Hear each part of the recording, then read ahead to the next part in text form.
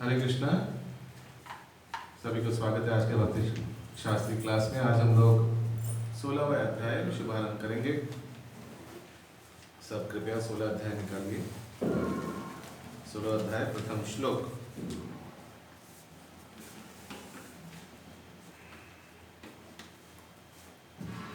आज कितना नंबर श्लोक तक है 16 अध्याय का?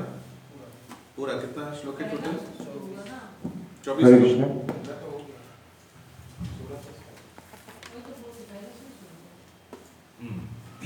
पहला श्लोक। श्री भगवान वाच अभयं सत्व संसुद्धि ज्ञान योग व्यवस्थिता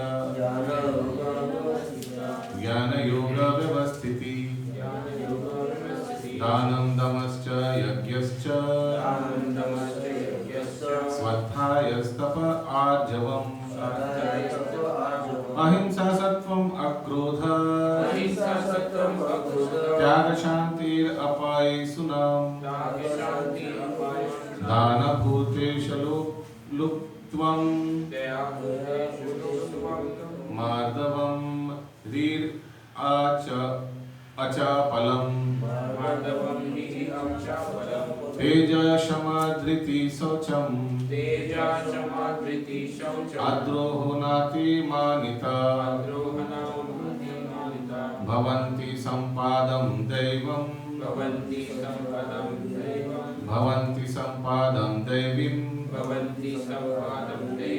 अभिजातस्य भारत।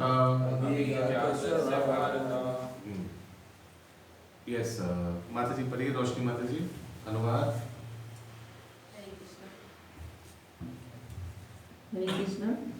भगवान ने कहा, हे भरत पुत्र, निर्भयता, आत्मशुद्धि, आध्यात्मिक ज्ञान का अनुशीलन, दान, आत्मसंयम, यज्ञ परायणता, वेदाध्ययन, तपस्या, सरलता, अहिंसा, सत्यता, क्रोध विहीनता, त्याग, शांति, छिंदान्वेषण में अरुचि, समस्त जीवों पर करुणा, लोभ विहीनता, भद्रता, लज्जा, संकल्प, तेज, क्षमा, धैर्य, पवित्रता, ईर्ष्या तथा सम्मान की अभिलाषा से मुक्त, ये सारे दिव्य गुण हैं जो दैवी प्रकृति से संपन्न देव तुल्य पुरुषों में पाए जाते हैं।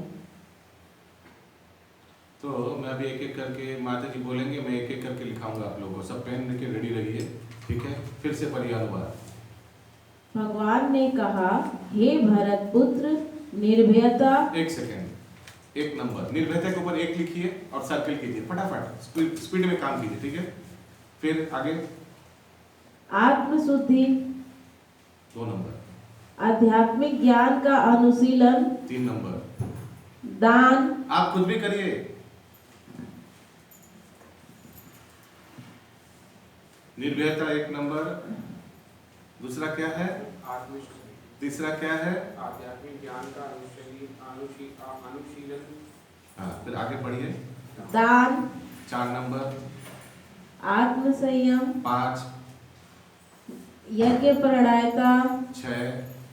वेदाध्ययन 7। तपस्या 8। सरलता 9। अहिंसा 10। सत्यता 11। क्रोध विहीनता 12। त्याग 13। शांति 14। विच्छेदवेषण छिद्रान्वेषण 15। में अरुचि, समस्त जीवों पर करुणा। 16। समस्त जीवन पर करुणा 16। लोभ एक सेकंड। विहीनता। सब एक साथ है ना? नहीं, क्यों, क्या है आपका? मैं पेन निकाल लीजिए, मैं पहले ही लिख पाई। आगे से लिखिए, जो मिस हो गया मिस हो गया। आगे नेक्स्ट। लोभ विहीनता लोभ विहीनता 17। भद्रता 18। लज्जा 19। संकल्प 20। तेज 21। क्षमा 22। धैर्य 23। पवित्रता 24। ईर्ष्या तथा सम्मान की अभिलाषा से मुक्त। 25। ये सारे अच्छा, ये ईर्ष्या से मुक्त वो 25 है। सम्मान की अभिलाषा से मुक्त वो 26। 26। ठीक है, टोटल कितना गुण दिया हुआ है भक्तों का? 26 गुण दिया है। बहुत इंपॉर्टेंट है ये 26 गुण भक्तों का। बहुत बार उल्लेख आएगा कि भगवत गीता में भक्तों का 26 गुण दिया हुआ है। माइक अच्छा, ठीक है, ओके, ठीक है, ये बहुत इंपॉर्टेंट है 26 गुण। अभी हम लोग एक एक के बारे में श्रवण करेंगे तात्पर्य से, और मैं आप लोग को ब्रैकेट करूंगा, यहाँ से यहाँ 1 नंबर, यहाँ से वहाँ 2 नंबर, डिटेल में करना है ये श्लोक। हाँ माता जी प्लीज कंटिन्यू। तात्पर्य 15वें अध्याय के प्रारंभ में इस भौतिक जगत रूपी अस्वस्थ वृक्ष की अव्याख्या की गई है। उससे निकलने वाली अतिरिक्त जड़ों की तुलना जीवों के शुभ तथा अशुभ कर्मों से की गई थी। 9वें अध्याय में भी देवों तथा असुरों का वर्णन हुआ है। अब वैदिक अनुष्ठानों के अनुसार सतोगुण में किए गए सारे कार्य मुक्ति पथ में प्रगति करने के लिए शुभ माने जाते हैं और ऐसे कार्यों को दैवी प्रकृति कहा जाता है। जो लोग इस दैवी प्रकृति में स्थित होते हैं वे मुक्ति के पथ पर अग्रसर होते हैं। इसके विपरीत उन लोगों के लिए जो रजो तथा तमो गुण में रहकर कार्य करते हैं मुक्ति की कोई संभावना नहीं रहती। उन्हें या तो मनुष्य की तरह इसी भौतिक जगत में रहना होता है या फिर वे पशु योनि में या इससे भी निम्न योनिया में अवतरित होते हैं।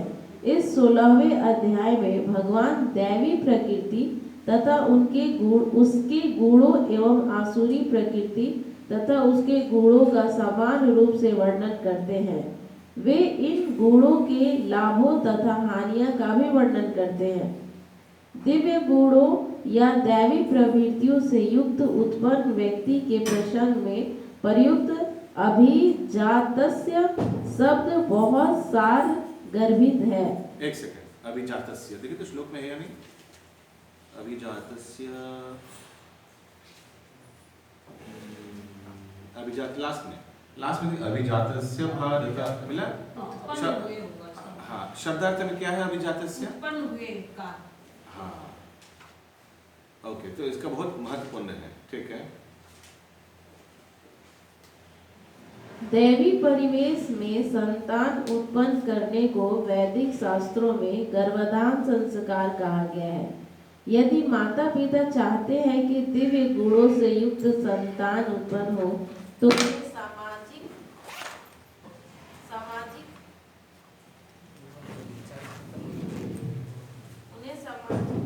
हरे कृष्णा हरे कृष्णा।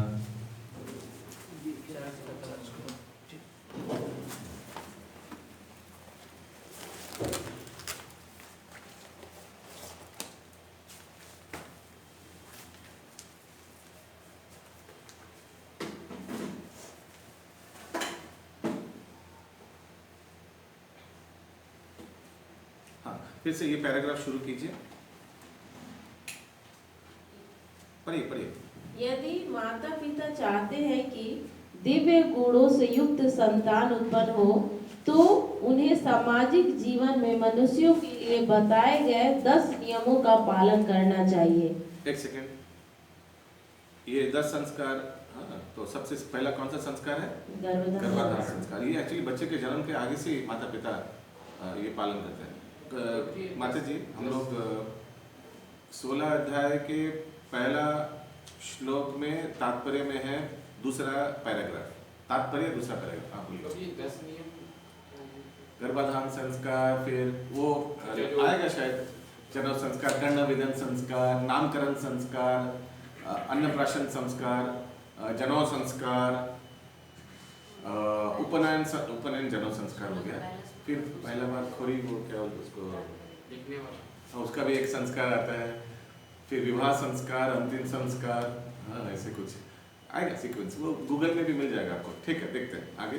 भगवत गीता में हम पहले ही पढ़ चुके हैं कि अच्छी संतान उत्पन्न करने के निमित्त मैथुन जीवन साक्षात कृष्ण है। मैथुन जीवन गर्हित नहीं है। यदि इसका कृष्ण भावनामृत में प्रयोग किया जाए, जो लोग कृष्ण भावनामृत में हैं कम से कम उन्हें तो कुत्ते बिल्लियों की तरह संतानें उत्पन्न नहीं करनी चाहिए। उन्हें ऐसे संतानें उत्पन्न करनी चाहिए जो जन्म लेने के पश्चात कृष्ण भावना भावित हो सके। कृष्ण भावनामृत में तल्लीन माता पिता ना कि वोट बैंक हो सके। आजकल तो वोट के उद्देश्य से संतान जन्म लेते जाओ जितना ज़्यादा उतना अच्छा नहीं। हम लोग को कृष्ण भक्ति चाहिए, वो ज़्यादा इम्पोर्टेंट है। नहीं तो समाज के लिए बोझा हो जाएगा, लाइबिलिटी हो जाएगा। कृष्ण भावनामृत में तल्लीन माता पिता से उत्पन्न संतानों को इतना लाभ तो मिलना ही चाहिए। वर्णाश्रम धर्म नामक सामाजिक संस्था जो समाज को सामाजिक जीवन के 4 विभागों एवं काम धंधों अथवा वर्णों के 4 विभागों में विभाजित करती है। मानव समाज को जन्म के अनुसार विभाजित करने के उद्देश्य से नहीं है। ऐसा विभाजन शैक्षणिक योग्यता के आधार पर किया जाता है। ये विभाजन समाज में शांति तथा संपन्नता बनाए रखने के लिए है। यहाँ पर जिन गुणों का उल्लेख हुआ है उन्हें दिव्य कहा गया है। हरे कृष्ण। तो ये जो वर्णाश्रम था, माने 4 वर्ण 4 आश्रम। 4 वर्ण क्या है? ब्राह्मण क्षत्रिय वैश्य शूद्र। 4 आश्रम क्या है? ब्रह्मचर्य गृहस्थ वानप्रस्थ संन्यास। ये एक्चुअली बहुत जरूरी है डिवीजन करना, अदरवाइज गलत हाथ, लोगों का हाथ में गलत चीज आ जाएगा। कोई शूद्र को आप पॉलिटिकल एडमिनिस्ट्रेशन बना दिए, यानी क्षत्रिय का कार्य दिया, तो शूद्र है लेकिन वो क्षत्रिय का कार्य करेगा, ठीक से नहीं होगा। कोई ब्राह्मण है जिनमें ब्राह्मण का गुण है, लेकिन उनको आप कृषि गोरक्षा वाणिज्य में लगा दिया, वो बिजनेस में लगा दिया, तो ब्राह्मण थोड़ा अनकंफर्टेबल फील करेगा। तो the right person must be appointed in the right position. तो इसीलिए वर्णाश्रम बहुत दरकार। बोल सकते हैं आप नहीं, ये ब्राह्मण परिवार में जन्म लिया, लेकिन उसका मन बिजनेस में है, तो उसको बिजनेस में डालो, अकाउंट्स में है, हिसाब टाका टाका टाका टाका, है ना। लेकिन आजकल तो हो रहा है प्रभु। आजकल क्या पूरा समाज में हो रहा है, इसीलिए तो समाज बिगड़ गया। वर्णाश्रम फॉलो नहीं हो रहा। तो 4 श्रेणी में विभाग होना चाहिए। कोई पूछ सकता है कैसे होता है ये, प्रैक्टिकली कैसे हो सकता है? How will you divide the society? सबको बोलेंगे क्या किनका अकाउंट्स में मन है इधर आ जाओ, किनका पूजा पाठ में मन है उस साइड चले जाओ, ऐसे बोलेंगे क्या? नहीं। कोई बता सकता है कैसे ये विभाजन हो सकता है? How it is practically possible? Can anybody say? How practically possible? ये तो थियरी है। प्रैक्टिकली समाज में उतर के कैसे ये विभाग कराइएगा? भगवान जैसे जिसको आश्रम जो दिए वही आश्रम का पालन करेगा, और क्या। भगवान जिसको जैसे आश्रम जैसे दिया, हमारे सामने कोई ब्रह्मचारी आश्रम दे कैसे पता चलेगा? भगवान आकर सर्टिफिकेट भेजेगा क्या जन्म के समय? मैं ब्रह्मचारी आश्रम में हूँ, प्लीज मुझे उड़े डाल दीजिएगा। बच्चा सर्टिफिकेट लेके आता है क्या? मैं गृहस्थ हूँ, मेरे को शादी करा दीजिएगा, ठीक है? देखिए भगवान ने हमको सर्टिफिकेट भेजा है। तो शास्त्र का ज्ञान होगा तो नहीं कर पाएगा। शास्त्र का ज्ञान होना तो जरूरी है। कोई बता सकते हैं प्रैक्टिकली कैसे हो सकता है या होता था? ये गुरुकुल में होता था। गुरु शिष्य को देखकर समझ में आ जाता था कि इनमें ब्राह्मणिकल क्वालिटी है, इसको अलग करो। ये क्षत्रिय क्वालिटी है, लीडरशिप क्वालिटी है, इनको अलग करो। ये टका करता है, ज़्यादा हिसाब उसमें बढ़िया बुद्धि है, इसको अलग करो। और इनको ज़्यादा लोगों का सेवा करने में रुचि है, ये तीनों श्रेणी को सेवा करेगा, इसको अलग करो। ये सब स्पेशलाइजेशन गुरुकुल में होता है। जैसे क्लास 1 to 8 या 9 तक शायद सेम चीज़ पढ़ाया जाता है ना, स्कूल में सेम चीज़ पढ़ाया जाता है। स्पेशलाइजेशन कब होता है? 10 से 11 में, कॉमर्स, आर्ट्स, साइंस एक्सेट्रा। वही गुरुकुल में भी हो सकता है। कुछ साल सबको एक साथ, बच्चे लोगों को एक साथ रखा जाता है। गुरु को पता चल जाएगा 10-12 साल एक साथ रखने के बाद इसका गुण कर्म विभाग किसका किस चीज में प्रवृत्ति है। And then there will be a time when the boys will be segregated according to guna and karma. एक समय आएगा और फिर वैसे आगे बढ़ेगा। जो क्षत्रिय क्वालिटी है उसको राजपाट या मिलिट्री और वो सब सिखाया जाएगा। ब्राह्मण को थोड़ा थोड़ा सिखाया, बस दरकार ही नहीं है, नॉट नीडेड। जो ब्राह्मणिकल क्वालिटी है उसको अर्च यज्ञ पठन पाठ यजन याजन पठन पाठन दान प्रतिग्रह सिखाया जाएगा। जिसका वैश्य प्रवृत्ति है उसको कृषि गोरक्षा वाणिज्य वो सब सिखाया जाएगा स्पेशलाइजेशन में। तो ये सब होता था गुरुकुल में। पॉसिबल है, आज भी पॉसिबल है। जैसे जैसे पांडु लोग थे तो उन लोग तो पता था कि ये लोग क्षत्रिय है, तो इन लोगों को सिखाना चाहिए। जैसे राम जी थे, चाहे उन लोगों को तो गुरु को तो पता था ये क्षत्रिय है, इनको युद्ध विद्या सिखाना चाहिए। तो बाकी के बारे में उन्हें सबके बारे में क्या पता होता है कि इनको क्या बनाना है? हाँ, जो टीचर है उसको मालूम होता है स्टूडेंट कैसा है, क्या टेंडेंसी है। स्टूडेंट लोग 24 घंटा टीचर के समक्ष में रहता था। Try to understand, it is not just सुबह सुबह आया, डे स्कूल नहीं होता था, वो गुरुकुल में रहता था। गुरुकुल जंगल के बीचों में होता था, वहां से भागने का कोई रास्ता नहीं है। बच्चा जैसे बोलेगा नहीं हम बोर्डिंग स्कूल से भाग गया, ऐसे नहीं होगा, जंगल के बीच में है गुरुकुल। मायापुर में आज भी तो गुरुकुल है। आप एक प्रश्न से 10 प्रश्न उत्पन्न कर रहे हैं, समय बर्बाद होगा क्लास का। ठीक है, इससे रिलेटेड कुछ है तो अगर नहीं कुछ समझ रहे तो बोलिए, पूछिए। ओके, आगे पढ़िए। और वे आध्यात्मिक ज्ञान में प्रगति करने वाले व्यक्तियों के निमित्त है, जिससे वे भौतिक जगत से मुक्त हो सके।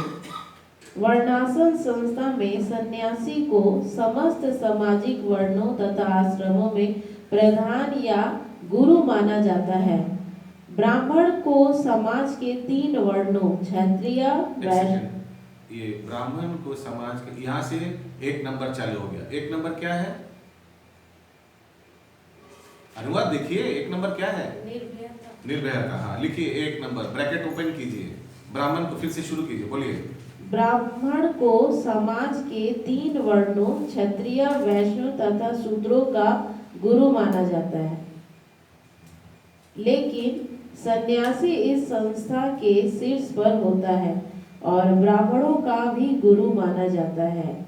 सन्यासी की पहली योग्यता निर्भयता होनी चाहिए। चूंकि सन्यासी को किसी सहायक के बिना एकाकी रहना होता है, अतएव भगवान की कृपा ही उसका एकमात्र आश्रय होता है। याद रखिएगा, एकाकी रहना पड़ेगा। सन्यासी अगर राजा के साथ रहने लग गया तो फिर राजा का तरफदारी करेगा। इस प्रसंग में एक उदाहरण बहुत इंपॉर्टेंट है, चाणक्य पंडित और कृपाचार्य का। ठीक है, कृपाचार्य कुलगुरु था, लेकिन रहता कहाँ था? हस्तिनापुर में राजा के साथ रहता था। उसीलिए जब युद्ध हुआ वो निरपेक्ष नहीं हो पाया। जिसका नमक खाया उसका सेवा करना ही पड़ेगा। It happens. आप किसी का अगर कोई फेवरेटिज्म लीजिएगा, जिसका फेवर लीजिएगा उसको सेवा करना ही पड़ेगा, नहीं तो आपको गलत सजेगा लोग, आपको मन भी खटका लगेगा मन में, ठीक कुछ ना। इन्होंने हमको अच्छा पकवान खिलाया, इनका तरफदारी नहीं करेंगे तो ठीक नहीं होगा, है ना। लेकिन चाणक्य पंडित कहाँ रहता था? वो राजा का चीफ मिनिस्टर था, लेकिन कुटिया में रहता था। चंद्रगुप्त मौर्य का ना चीफ मिनिस्टर था, बट उनके घर में नहीं रहता था। घर में रहेगा तो कल फिर राजा को कुछ बोल नहीं पाएगा। राजा गलत होगा तो फिर भी उसको ताली में ताली मारना पड़ेगा, समझ रहे हैं? हाँ, तो ये है डिफरेंस। इसीलिए निर्भयता। निर्भयता कब आएगा? उनका पास में बैठा रहेगा, गोदी में बैठा रहेगा तब आएगा, कभी नहीं आएगा। इसीलिए लिखा है अकेला रहना पड़ेगा। हाँ, आगे। जो यह सोचता है कि सारे संबंध तोड़ लेने के बाद मेरा रक्षा कौन करेगा, तो उसे संन्यास आश्रम स्वीकार नहीं करना चाहिए। हाँ, भगवान पे निर्भयता, शरणागत नहीं है। मेरा रक्षा कौन करेगा, मैं जंगल में रहूँगा, इससे अच्छा राजा का महल में रहता हूँ, वो हमारा प्रोटेक्शन देगा। ठीक है, वो तो प्रोटेक्शन देगा, फिर बदले में आप ही उनका प्रोटेक्शन दीजिएगा, है ना। यस, आगे।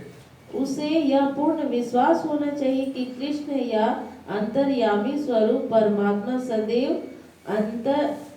अंतर में रहते हैं। वे सब कुछ देखते रहते हैं और जानते हैं कि कोई क्या करना चाहता है। इस तरह मनुष्य को दृढ़ विश्वास होना चाहिए कि परमात्मा स्वरूप कृष्ण शरणागत व्यक्ति की रक्षा करेंगे।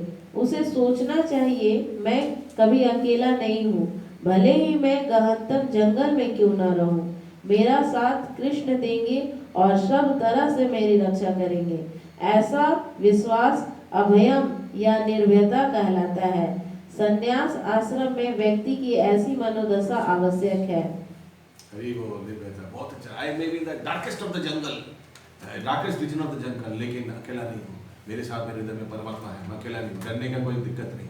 हो सकता है सारा दुनिया एक और आप एक अलग, हाँ, क्योंकि आप वैष्णव हैं, आपका सिद्धांत एकदम सही है, लेकिन सारा दुनिया अलग हो गया। नहीं, ये बेटा हमारा नॉनवेज नहीं खाता, इसको अलग कर दो, हाँ, लेकिन आपको लग रहा है नहीं मैं सत्य काम कर रहा हूँ, क्यों किसी को पशु को मार के नहीं खाऊंगा। हाँ, सारा दुनिया को अलग कर दिया, बहिष्कार कर दिया परिवार में, जाओ तुम अपना बना के खाओ जाओ। हाँ ठीक है, कोई बात नहीं, परमेश्वर हमारे साथ है, भगवान हमको सहायता करेगा, हेल्प करेगा। यस, ये निर्भरता है। आगे तब उसे अपने अस्तित्व को शुद्ध करना होता है। संन्यास आश्रम में हाँ, अभी दूसरा नंबर चालू हो गया, नेक्स्ट पैराग्राफ से 2 नंबर लिखे। 2 नंबर क्या है अनुवाद में, बोलिए, आत्मशुद्धि। यस, दूसरा किसी तब को, उसे माता जी, हरे कृष्ण, दूसरा किसी को दीजिए। या माता कुछ मत पढ़िए। भगवान फिर भी मतलब अकेला निर्भर रहने से भगवान हेल्प करते हैं प्रभु, एकदम करेक्ट, करते हैं। तो विश्वास होना चाहिए। 2 नंबर पढ़िए। तब उसे अपने अस्तित्व को शुद्ध करना होता है। संन्यास आश्रम में पालन किए जाने के लिए अनेक विधि विधान हैं। इनमें सबसे महत्वपूर्ण यह है कि सन्यासी को किसी स्त्री के साथ घनिष्ठ संबंध नहीं रखना चाहिए। उसे एकांत स्थान में स्त्री से बात करने तक की मनाही है। भगवान चैतन्य आदर्श सन्यासी थे और जब वे पुरी में रह रहे थे तो उनकी भक्तिनों को उनके पास नमस्कार करने तक के लिए नहीं आने दिया जाता था। उन्हें दूर से ही प्रणाम करने के लिए आदेश था। यह स्त्री जाति के प्रति घृणा भाव का चिन्ह नहीं है, अपितु सन्यासी पर लगाया गया प्रतिबंध था कि उसे स्त्रियों के से निकट संपर्क नहीं रखना चाहिए। मनुष्य को अपने अस्तित्व को शुद्ध बनाने के लिए जीवन की विशेष परिस्थिति में विधि विधानों का पालन करना होता है। सन्यासी के लिए स्त्रियों के साथ घनिष्ठ संबंध तथा इंद्रिय तृप्ति के लिए धन संग्रह वर्जित है। आदर्श सन्यासी तो वह स्वयं तो एक पॉइंट क्या है, संगत नहीं करना चाहिए, दर्शन भी आंखों आंख ऐसे कुछ नहीं, इसलिए सन्यासी को इतना रेस्ट्रिक्ट है। इनफैक्ट हम लोग जितना याद है, एक घटना भी हुआ था महाप्रभु, कोई एक पुरी में कोई एक स्त्री बहुत अल्प आयु में विधवा हो गई थी और उनका एक पुत्र था, और वो पुत्र बहुत छोटा था, तो छोटा बालक को सबको अच्छा लगता है ना, तो वो पुत्र महाप्रभु से आते जाते मिलते मिलते थे। फिर शायद कौन मना किया था, जगदानंद पंडित में कौन आकर, दामोदर स्वर्ग दामोदर ने कोई आकर मना किया था, महाप्रभु वो छोटा बच्चा के साथ इतना मिलना जुलना ठीक नहीं है। क्यों क्यों क्या प्रॉब्लम है इसमें?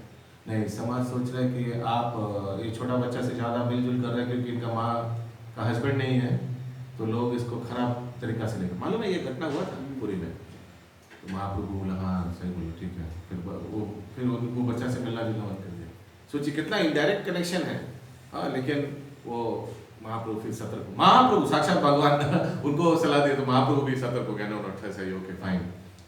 तो फर्स्ट पॉइंट क्या है कि कैसे ऑपोजिट जेंडर के साथ कैसे वार्तालाप करना चाहिए। नेक्स्ट क्या है बात, बोलिए। हम लोग का तो इसमें थोड़ा फॉलो कर सकता है, हम लोग का तो फॉलो कर सकता है।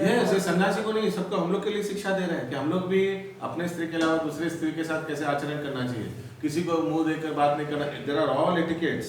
हाँ, वो सब हम लोग का ध्यान रखना चाहिए, किसी से एकांत बात नहीं करना चाहिए। हमेशा अगर कोई से जो प्रचारक है कुछ भी बात करना चाहिए, बोलिए आप अपना माते अपना प्रभु को लेकर आइए, या आप 2-3 माते लोग कैसे, अकेला कभी नहीं, कभी नहीं। माँ के समान हो तो भी नहीं, नियम नहीं है यूजुअली। कभी कभी कुछ कर नहीं सकते तो अलग बात है, लेकिन usually this is the rule. In fact यही बताया जाता है कि 2-4 जन को लेकर और एक किसी व्यक्ति को लेकर आइए एक साथ। यस, आगे माता जी। आदर्श सन्यासी तो स्वयं भगवान चैतन्य थे और उनके जीवन से हम यह सीख लेनी चाहिए कि वे स्त्रियों के विषय में कितने कठोर थे। यद्यपि वे भगवान के सबसे वदन्य अवतार माने जाते हैं क्योंकि वे अधम से अधम बद्ध जीवों को स्वीकार करते थे, लेकिन जहाँ तक स्त्रियों की संगति का प्रश्न था, वे संन्यास आश्रम के विधि विधानों का कठोरता के साथ पालन करते थे। उनका एक निजी पारदर्श छोटा हरिदास अन्य पार्षद के सहित उनके साथ निरंतर रहा है, लेकिन किसी कारणवश उसने एक तरुणी का कामुक दृष्टि से देखा। भगवान चैतन्य इतने कठोर थे। ये स्टोरी इम्पोर्टेंट। छोटा हरिदास को एक दिन राइस लाने बोला, तो ये क्या नाम था, किनका बहन था,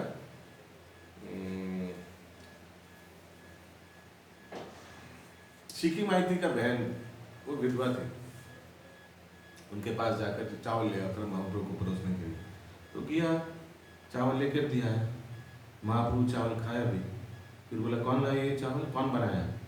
बोली तो सिक्की माइती का बहन बना। ठीक है, लाया कौन? तो छोटा हरिदास को भेजा। बोला छोटा हरिदास को कभी हमारा ग्रुप में मत लाना होगा, उसको ग्रुप से बाहर निकाल। बोले क्यों भाई, क्या प्रॉब्लम, क्या किया उन्होंने? बोला नहीं महाप्रभु कुछ, बोला मना कर। और छोटा हरिदास के पास ये कहानी, ये बात किया, तुमको महाप्रभु मना किया आने के लिए। छोटा हरिदास समझ भी लिया वो समझ गया क्यों मना किया, कुछ नहीं पता चल गया था पूरा। हाँ, पूरा भाग में पता चल गया था। तब तो हम राइस खा के पता चल गया कि इसमें कंटेमिनेशन आ गया। क्यों? क्योंकि उन्होंने लाया सिर्फ। अभी देखिए किसी के घर जाकर आप बोला राइस दीजिए, तो राइस देकर आया, दे दिया आपको बस। लेकिन आपने उनको खराब दृष्टि देखा, उसमें राइस में इफेक्ट हो गया। कभी कभी हम लोग बोलते हैं ना कि अभक्तों का हाथ से वेजिटेरियन खाने में दिक्कत क्या है? सड़क पे अगर फुचका खा ली तो प्रॉब्लम क्या है? प्रॉब्लम यही है कि वो फुचका वाला जो चार नियम नहीं पालन करता है। ठीक है, चार नियम वाला खाना बना रहा है, लेकिन वो खुद चार नियम पालन नहीं करता है। उनका चेतना खाना में आ जाएगा। वो खाना आपने 20 रुपए में खा लिया, तो उनका चेतना आपने 20 रुपए में खा लिया, उनका चेतना आपका चेतना हो जाएगा। जैसा करे संग वैसा बने रंग। आप होली खेलना नहीं है आपको, लेकिन आप सफेद कपड़ा पहन के अल्बर्ट रोड आ रहे थे, रास्ते में आपका बचपन का दोस्त आपको आलिंगन किया होली के दिन। उनका शरीर का रंग आपका शरीर का रंग आपका सबका सफेद कपड़ा में आ गया। आपने खेला नहीं होली, लेकिन संगत के असर से आपका भी होली खेलना हो गया। समझ में आ रहा है? हाँ, तो ये घटना घटा था महाप्रभु के साथ। तो फिर हरिदास की आत्महत्या कर लिए, छोटा हरिदास, वो अलग प्रसंग है। पूरा आपका टारगेट रखे है कि किसी तरह से इनको सिलेबस नहीं कंप्लीट करने देंगे। टारगेट रखे चले याद आ रहा है ना थोड़ा। प्रभु यहाँ पे वदन्य अवतार बोला कि ये वदन्य अवतार। हाँ, बहुत औदार्य, वदन्य अवतार, महावदन्य अवतार महाप्रभु। इतना वदन्य अवतार माने औदार्य। इसलिए वृंदावन धाम को क्या बोला जाता है? माधुर्य धाम। वहाँ भगवान श्री कृष्ण ने अपने रस लीला माधुर्य लीला प्रकट किया। द्वारिका को क्या बोला जाता है? ऐश्वर्य धाम। भगवान वहाँ राजपाट संभालते हैं, भगवान द्वारकाधीश है। और नवद्वीप को क्या बोला जाता है? औदार्य धाम। भगवान वहाँ उदार बनकर सबको हरिनाम वितरण किया। गौरांग महाप्रभु नित्यानंद प्रभु एकदम औदार्य, महावदन्य है, औदार्य। ठीक है, पुरी को क्या बोला जाता है? कौन बता पाएगा? ऐश्वर्य और औदार्य दोनों। ऐश्वर्य क्यों? क्योंकि वहाँ 1000 दैत्यपति का परिवार जगन्नाथ का सेवा करता है। वर्ल्ड में कहीं दिखाइए कोई एक व्यक्ति को 1000 परिवार सेवा करता है, दिखाइए एक व्यक्ति, मान जाएंगे। उनका जो पान बनाता है गजमती पान जगन्नाथ में, उनका पिताजी भी पान बनाए, उनका पिताजी भी पान बनाए, उनका पिताजी भी पान बनाए, ऐसे परंपरा पानी बनाए से। जो भगवान को चामर करता है, जब भगवान भोजन ग्रहण करते हैं, उनका पिताजी भी चामर, उनका पिता, ऐसे 1000 दैत्यपति परिवार ठाकुर जी का, जगन्नाथ भगवान का सेवा करता है। इसीलिए ऐश्वर्य। औदार्य क्यों है? क्योंकि जगन्नाथ भगवान इतना उदार है, जो लोग अलाउड नहीं है पूरी मंदिर के अंदर में भगवान का दर्शन कराने के लिए, भगवान खुद बाहर आते हैं और सबको दर्शन कराते। और कौन सा भगवान है रास्ता में आकर सबको दर्शन कराने आते हैं? कौन सा? मसाला कूट रहा था एकदम, तो बोला कि आपका हम समझ गए, सब पकड़ लिया आपका सब पकड़, अभी पकड़ में आ गया। यस, आगे। हाँ, आगे। भगवान चैतन्य इतने कठोर थे कि उन्होंने उसे अपने पार्षदों की संगति से तुरंत बाहर निकाल दिया। भगवान चैतन्य ने कहा, जो सन्यासी या अन्य कोई व्यक्ति प्रकृति के चंगुल से छूटने का इच्छुक है और अपने को आध्यात्मिक प्रकृति तक ऊपर उठाना चाहता है तथा भगवान के पास वापस जाना चाहता है, वह यदि भौतिक संपत्ति तथा स्त्री की ओर इंद्र तृप्ति के लिए देखता है, भले ही वह उनका भोग ना करे, केवल उनकी ओर इच्छा दृष्टि से देखे, तो भी वह इतना गरित है कि उसके लिए श्रेयस्कर होगा कि वह ऐसी अवैध इच्छाएं करने के पूर्व आत्महत्या कर ले। तो याद रखिएगा, ये इलिसिट सेक्स जो है, ये ऐसा नहीं कि इसे कर्मना से ही होगा, मनसा वाचा से भी अवैध संग हो सकता है। पोर्नोग्राफी, कोई अगर वीडियोस देख रहा है, वो भी आंखों से देख रहा है तो नहीं, मन से कोई अगर सोच भी रहा है, वो भी अवैध संग है। सोचना, कर्मणा, वाचा, वाणी से उल्टा पुल्टा बहुत लोग बोलते रहते हैं ना, उल्टा पुल्टा वो भी अवैध संघ है। जैसे यूजुअली रॉके बोशे अड्डा जो है ना बंगाल के फेमस है उसके लिए, इसमें क्या दो ही टॉपिक होता है, कामिनी और कांचन, याद रखिएगा। ये तो टका टका, नहीं तो औरत अपोजिट जेंडर के बारे में आलोचना, यही होता है सब क्लब में पब में सब जगह। ये दोस्त लोग मिलता है 5 जन, पीते पीते यही बात करेगा और कुछ नहीं। तो ये भी अवैध संघ है। बोले नहीं उनका अवैध संघ नहीं किया, मैं तो बैठा हूँ आपके सामने ही, बट वो आलोचना करो। इसलिए इन इवन कर्मणा मनसा वाचा वो भी अवैध संघ में गिना जाएगा। इवन थिंकिंग अबाउट गलत, वो भी अवैध संघ में है। यस, आगे। अगला गुण है तो वो छोटा हरिदास बोल सकता है मैं तो कुछ किया नहीं था, मैं तो सिर्फ राइस लाया था, लेकिन आपने उस महिला को कुछ दृष्टि से देखा, गलत विचार दिमाग में आया, उसीलिए महाप्रभु अपने संगत से बाहर निकाल दिया।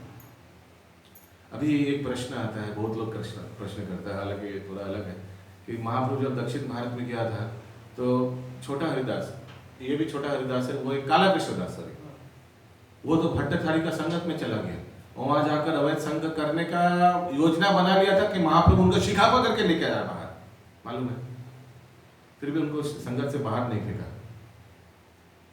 और ये तो हद कर दिया, ये तो सिर्फ कुदृष्टि से देखा था, वो तो संगत कर रहा था, संगत करने के लिए रेडी भी हो गया था, तो उसको भगाया नहीं और इनको भगा दिया, और ये तो सुसाइड भी कर लिया बेचारा। ऐसा क्यों? कोई बोल सकता है आपने से? प्रश्न समझ में आया? प्रश्न समझ में आया?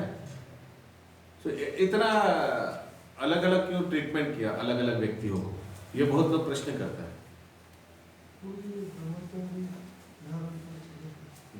और पूरा बोलिए उत्तर सही होता है। कौन कौन कौन ब्रह्मचारी?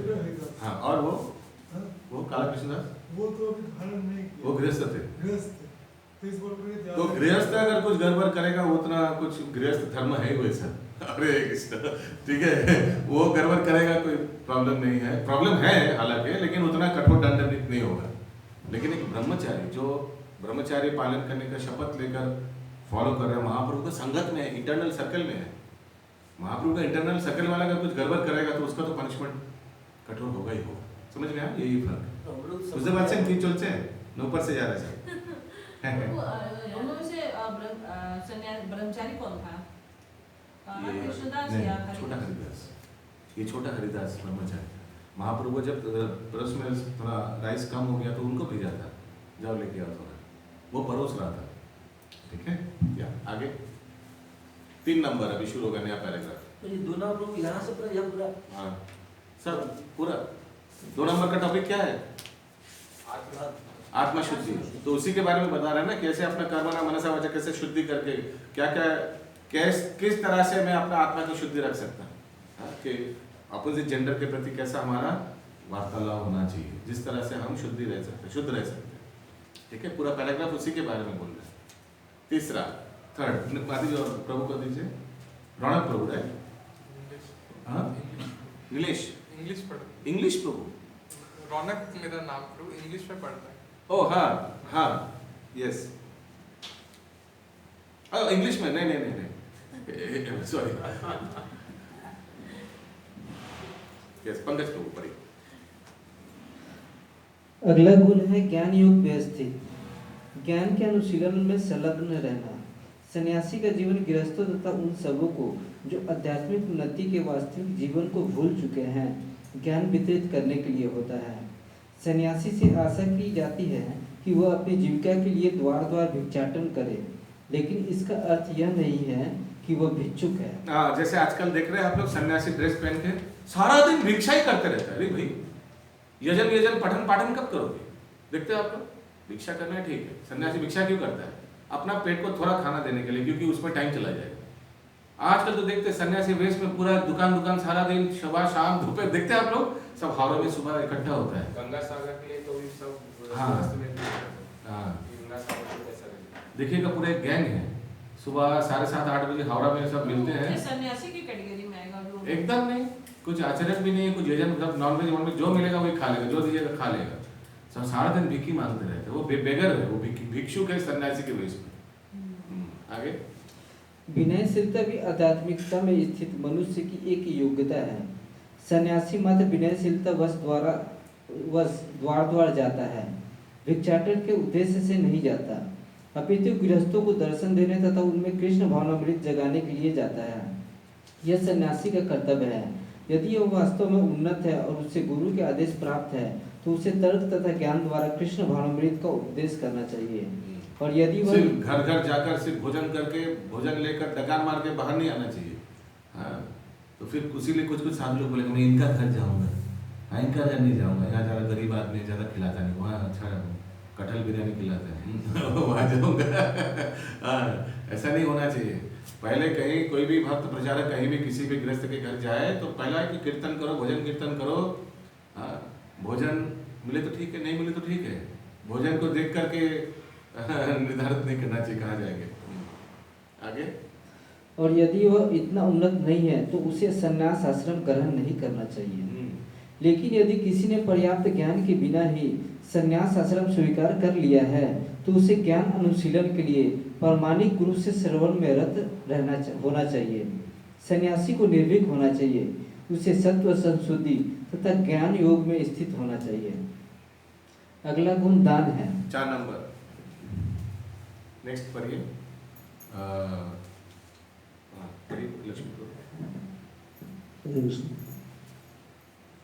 दान गृहस्थों के लिए है। गृहस्थों का चाहिए कि नहीं साउंड क्वालिटी नॉट गुड, थोड़ा दूर रखिए। दान गृहस्थों के लिए है। गृहस्थों को चाहिए कि वे निष्पक्षता से जीवन यापन करना सीखे और कमाई का 50% विश्व भर में कृष्ण भावनामृत के प्रचार में खर्च करें। इस प्रकार से गृहस्थों को चाहिए कि ऐसे कार्य में लगे संस्थान समितियों को दान दें। दान योग्य पात्रों को दिया जाना चाहिए, जैसा आगे वर्णन किया जाएगा। देखिए ऐसा संस्था को दान देना चाहिए। तो आप अगर निर्धारण नहीं कर पा रहे कि कैसे दे, किसको दे, कौन सा साधु का हाथ में दे, साधु का हाथ में मत दीजिए। जो साधु का केयर टेकर साधु का हाथ में दे सकते हैं, ऐसा कि साधु जाकर संस्था में दे देगा, ठीक है, या संस्था में आकर मोटा चेक लिख कर दे दीजिए। संस्था देख लेगा कैसे दान करेगा। आप बोल नहीं सकते नहीं बाहर फिल्टर लगाना ही पड़ेगा मेरा नाम में, ये क्या है। आप दान दीजिए, कैसा वो खर्चा करेगा वो संस्था देखेगा। You give money, they will decide how to spend the money, ठीक है। दान भी कमाई तरह का होता है। यह था सत्वगुण, रजोगुण तथा तमोगुण में दिया गया दान।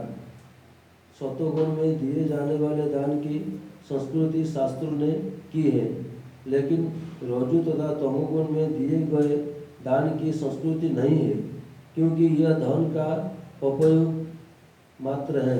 हाँ, रजोगुण तमोगुण में दान, तमोगुण ये सब डिटेल में आएगा बाद में। रजोगुण के दान क्या होता है श्लोक में आएगा, ठीक है। तमोगुण के दान का उदाहरण दीजिए कोई।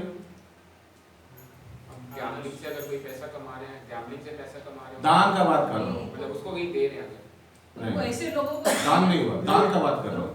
एक दिन स्मोक वाला दूसरे को ले रहे हम पिलाते हैं ना पिलाते। हाँ, मेरे ओर से सबको एक एक पेक तो ये तमोगुण का दान हो गया। नहीं डोनेशन दे रहा है, डोनेशन दे रहा है, क्या चीज दे रहा है देखो भाई पहले। जैसे ऐसे लोगों को दिए जाके होटल में नॉनवेज खाया भी तो एब्सोल्युटली। प्रभु ऐसे रजोगुण का एग्जांपल लीजिए। क्या? जैसे अभी तमोगुण का रजोगुण का दान, मैं फर्स्ट आया, अच्छा जो फर्स्ट आएगा रजोगुण, समझ रहे हैं आप। हाँ, जो फर्स्ट आएगा उसके लिए कुछ प्राइज रहेगा, तो लोग सब रजोगुण में रहेगा, फर्स्ट आएगा रेस में फर्स्ट, ठीक है। ये सब रजोगुण का दान है, इन रिटर्न फॉर समथिंग।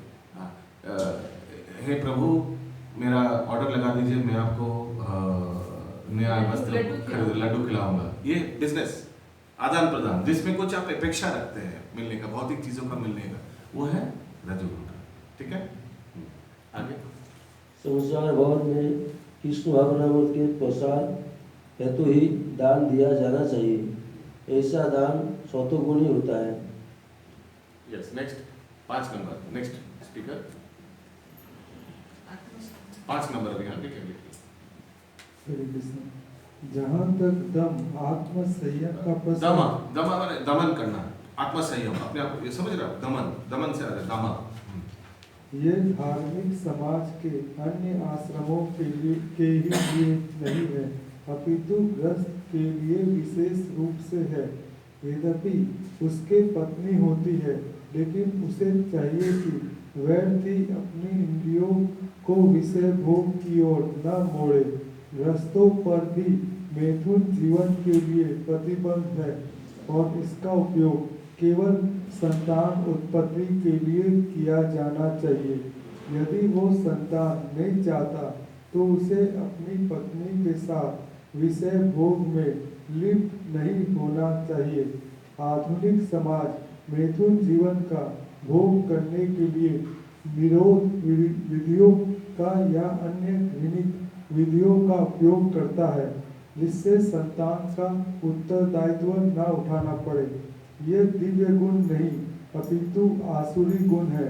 यदि कोई व्यक्ति चाहे वो ग्रस्त ही क्यों न हो, आध्यात्मिक जीवन में प्रगति करना चाहता है, तो उसे अपने मैथुन जीवन पर संयम रखना होगा और उसे ऐसी संतान नहीं उत्पन्न करनी चाहिए जो कृष्ण की सेवा में काम ना आए। तो इसीलिए पति पत्नी को लिखा है क्या, वो कोई यानी अपना जो स्पाउस है वो कभी इंद्र तृप्ति का साधन समझना नहीं चाहिए।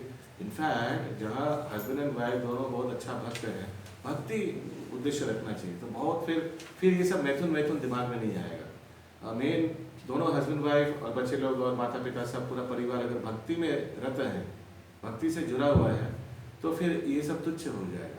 अगर भक्ति नहीं है तो ये प्राधान्य लेगा, इसीलिए वो फोटो देखते हैं आप लोग, हस्बैंड वाइफ सब मृदंग बजा रहे हैं, बच्चे लोग आकर कीर्तन कर रहे हैं, वो परिवेश होना चाहिए। वो परिवेश होने से फिर ये दिमाग में नहीं आएगा। वो परिवेश नहीं होने से ये ऑटोमेटिक एंट्री मान लेगा, ये मैथुन वो बेसिस हो जाएगा। फिर या आगे प्रभु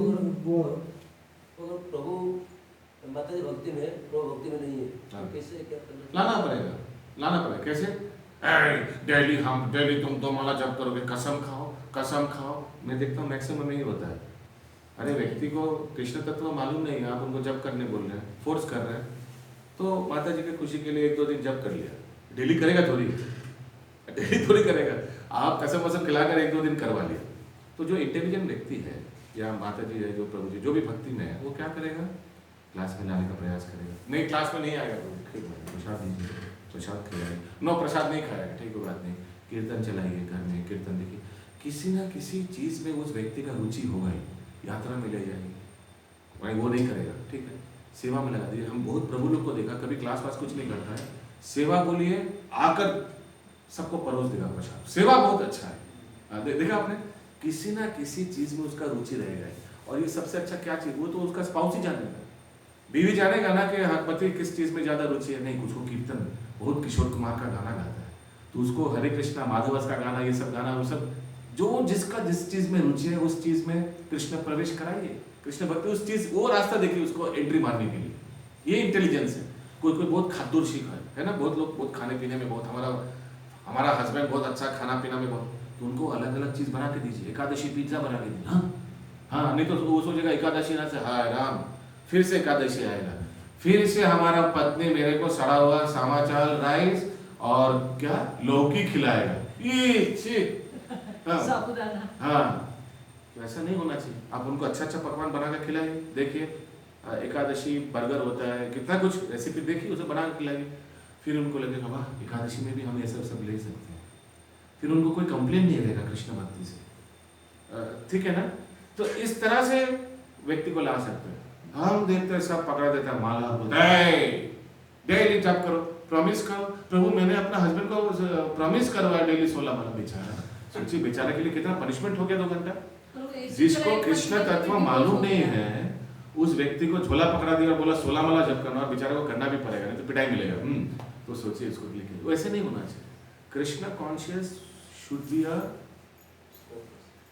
happy journey, it should not be a punishment journey. भक्तों के लिए भी और अभक्तों के लिए भी, it should not be a punishment. Punishment होने से वो आएगा नहीं बेचारा कभी, नाम सुन के 9 2 11। तो मेरे पड़ोसी में एक भक्त पत्नी ऐसे झगड़ा होते होते दोनों का डिवोर्स हो गया। एक नॉनवेज खाने वाली थी, एक भक्त। नॉनवेज खाता है हस्बैंड तो खाने दीजिए, अगर वाइफ को बनाना है तो बनाइए, क्या कीजिएगा? नहीं फिर मेरा दीक्षा नहीं हुआ, फिर होगा क्या कीजिएगा? आस्ते आस्ते छोड़ेगा।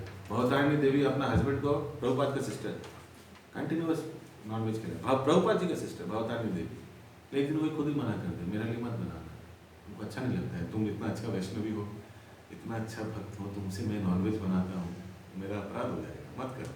खुद ही एक दिन बोल मना कर दे। वो उस दिन के लिए वेट करना पड़ेगा। Rome was not built in one day, in a day. ऐसे ही प्रभु उज्जैन में एक माता जी है, वो भक्ति प्रेम स्वामी महाराज जी से दीक्षा, वो और उनके हस्बैंड फॉलो करने बाद उनके सास ससुर जो है वो प्याज लहसुन खाते हैं, इसकी वजह से वो दीक्षा नहीं उनका मिल पा रहा, महाराज दे भी नहीं रहे। तो वो एक दिन 2:30 बजे गुरु महाराज जी का क्लास होता है, तो वो रो रही थी कि महाराज मैं क्या करूँ, मैं मतलब कब तक इन लोग के लिए दीक्षा के लिए वेट करूँ। तो उनकी छोटी छोटी 2 बच्चियाँ वो हमेशा श्लोक वगैरह सुनाती, तो महाराज जी बोले उनको बोलो वो अपनी दादा दादी को प्रीचिंग करेगी।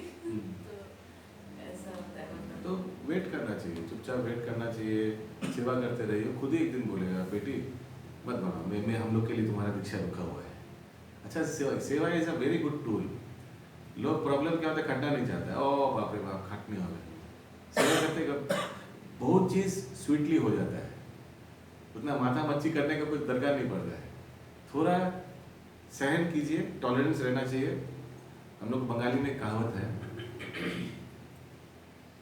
जे सय সেই রয়, जे नाश হয় तार नाश হয়। समझ में आए? नहीं समझ में आए? जो सहता है वही रहता है,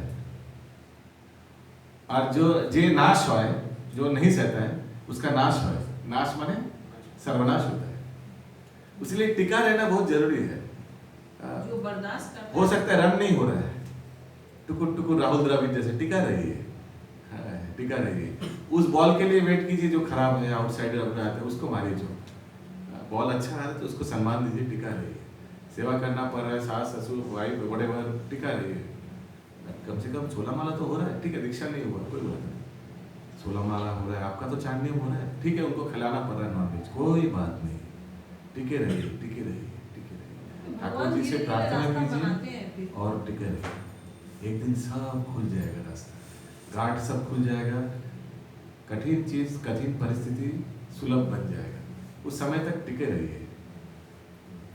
ठीक है, आगे ये श्लोक में इसीलिए समय दे रहा हूँ कि ये भक्तों का गुण है, बहुत इंपॉर्टेंट है, शिक्षा हम लोग के जीवन में उतारने के लिए। यस, यदि वो ऐसी संतान उत्पन्न करता है जो कृष्ण भावना भावित हो सके तो सैकड़ों संतानें उत्पन्न कर सकता है, लेकिन ऐसी क्षमता के बिना किसी को इंद्रिय सुख के लिए काम भोग में लिप्त नहीं होना चाहिए।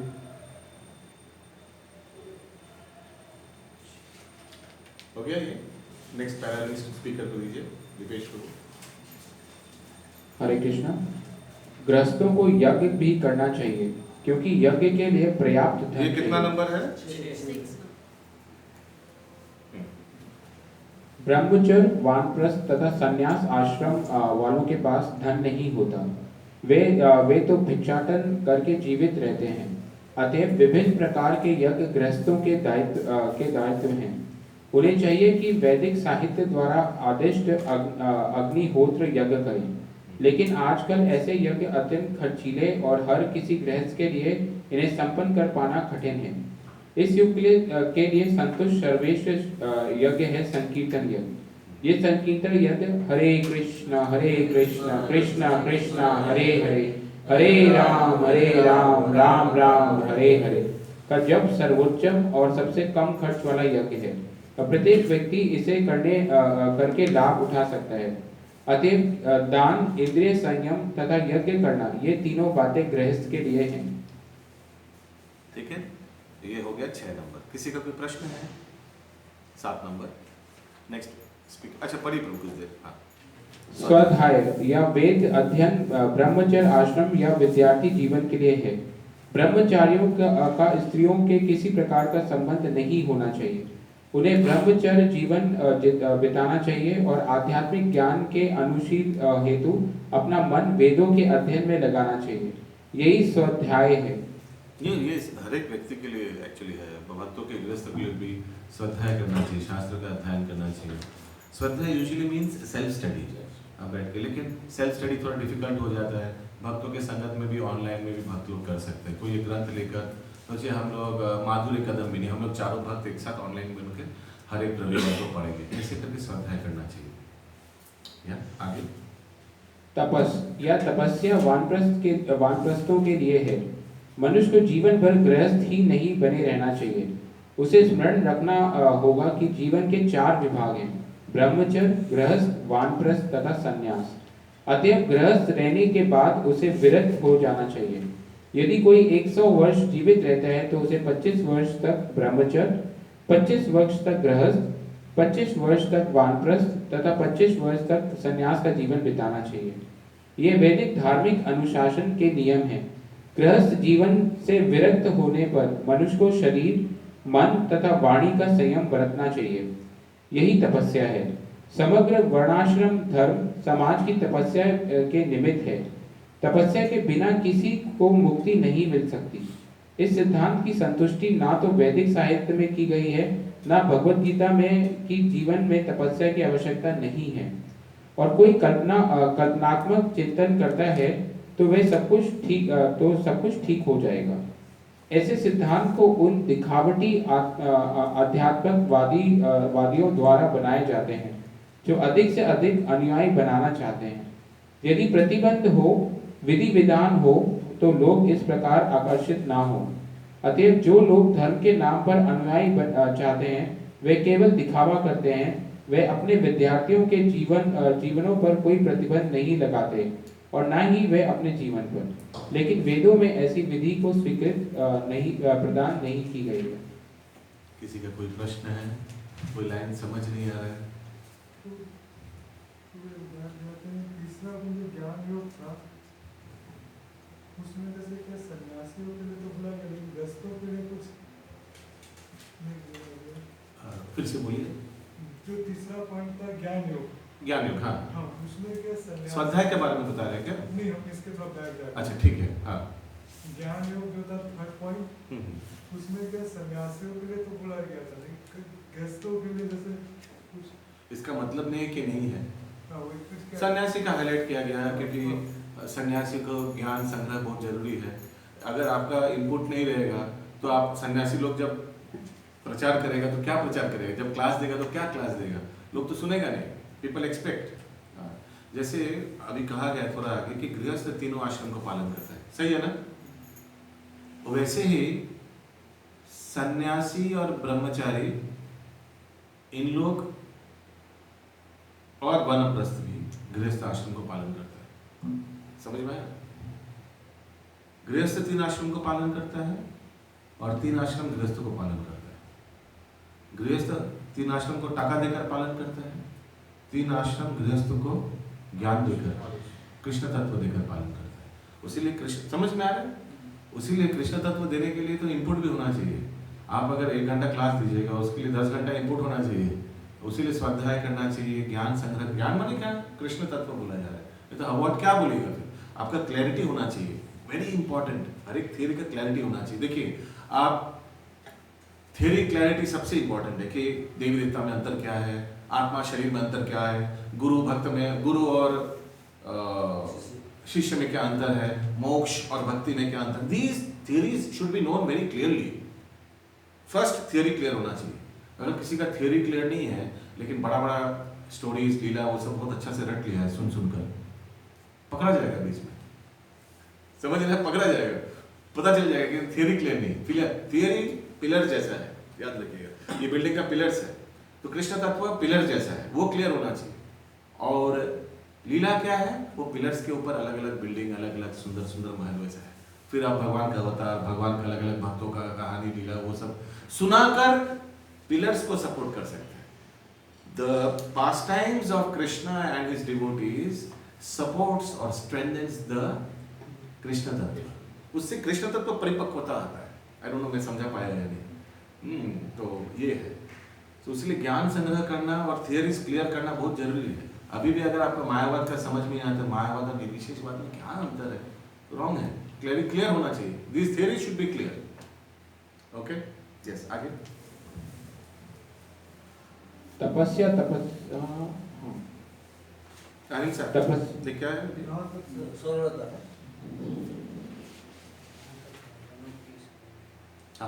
तपस्या हो गया था 9 नंबर। जहाँ तक ब्राह्मणों की सरलता आर्जवम का संबंध है, इसका पालन न केवल किसी एक आश्रम में किया जाना चाहिए, अपितु चारों आश्रमों के प्रत्येक सदस्य को करना चाहिए, चाहे वह ब्रह्मचर्य, गृहस्थ, वानप्रस्थ तथा संन्यास आश्रम में हो। मनुष्य को अत्यंत सरल तथा सीधा होना चाहिए। इसका एक्चुअली हर एक जगह में प्रभुपाद विश्लेषण देते हैं, सरलता और स्ट्रेट फॉरवर्डनेस। सरलता और सीधा बोला ना, सीधा क्या लिखा है? सीधा। मनुष्य को अत्यंत सरल तथा सीधा होना चाहिए। सीधा होना चाहिए यानी स्ट्रेट फॉरवर्ड होना चाहिए। उसीलिए भगवत गीता यथायथ एज इट इज, घुरिए पेचिए बड़ा दरकार नहीं है। प्रभुपाद जाकर बोल दिया विदेशों में, तुम लोग का पशु सभ्यता है, 4 नियम का उल्लंघन कर रहे हो तुम लोग।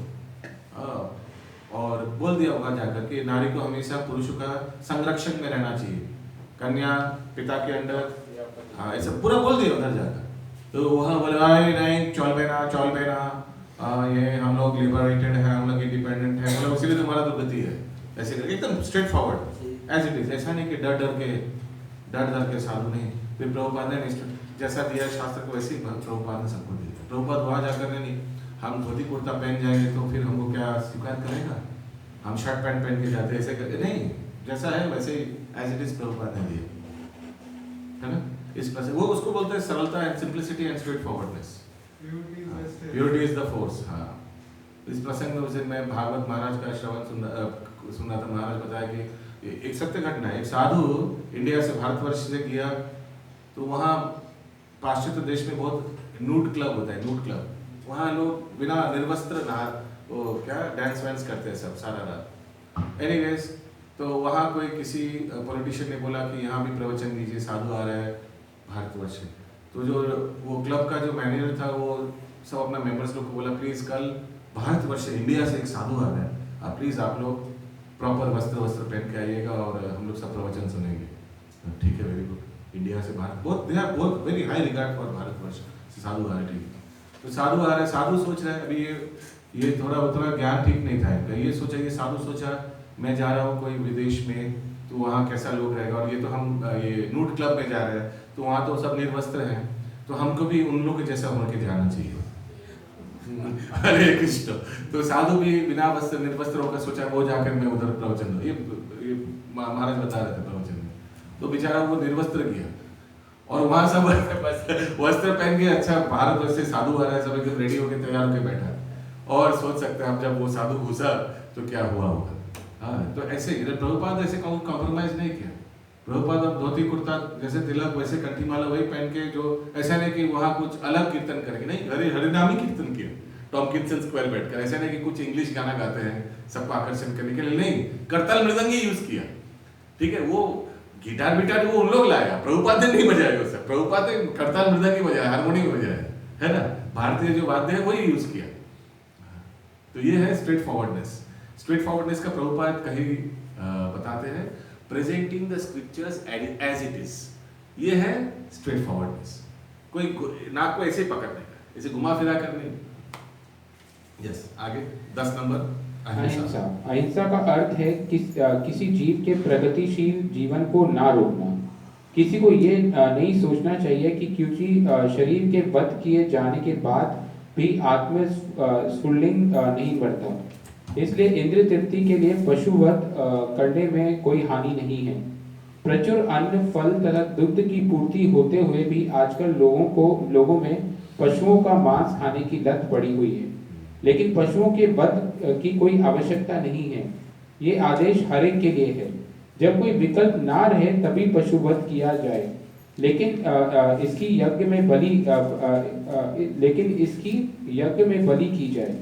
जो भी हो, जब मानवता के लिए प्रचुर भोजन हो, तो जो लोग आध्यात्मिक साक्षात्कार में प्रगति करने के इच्छुक हैं, उन्हें पशु हिंसा नहीं करनी चाहिए। ठीक है, बस इसका अभी नेक्स्ट आ जाइए, सत्यम।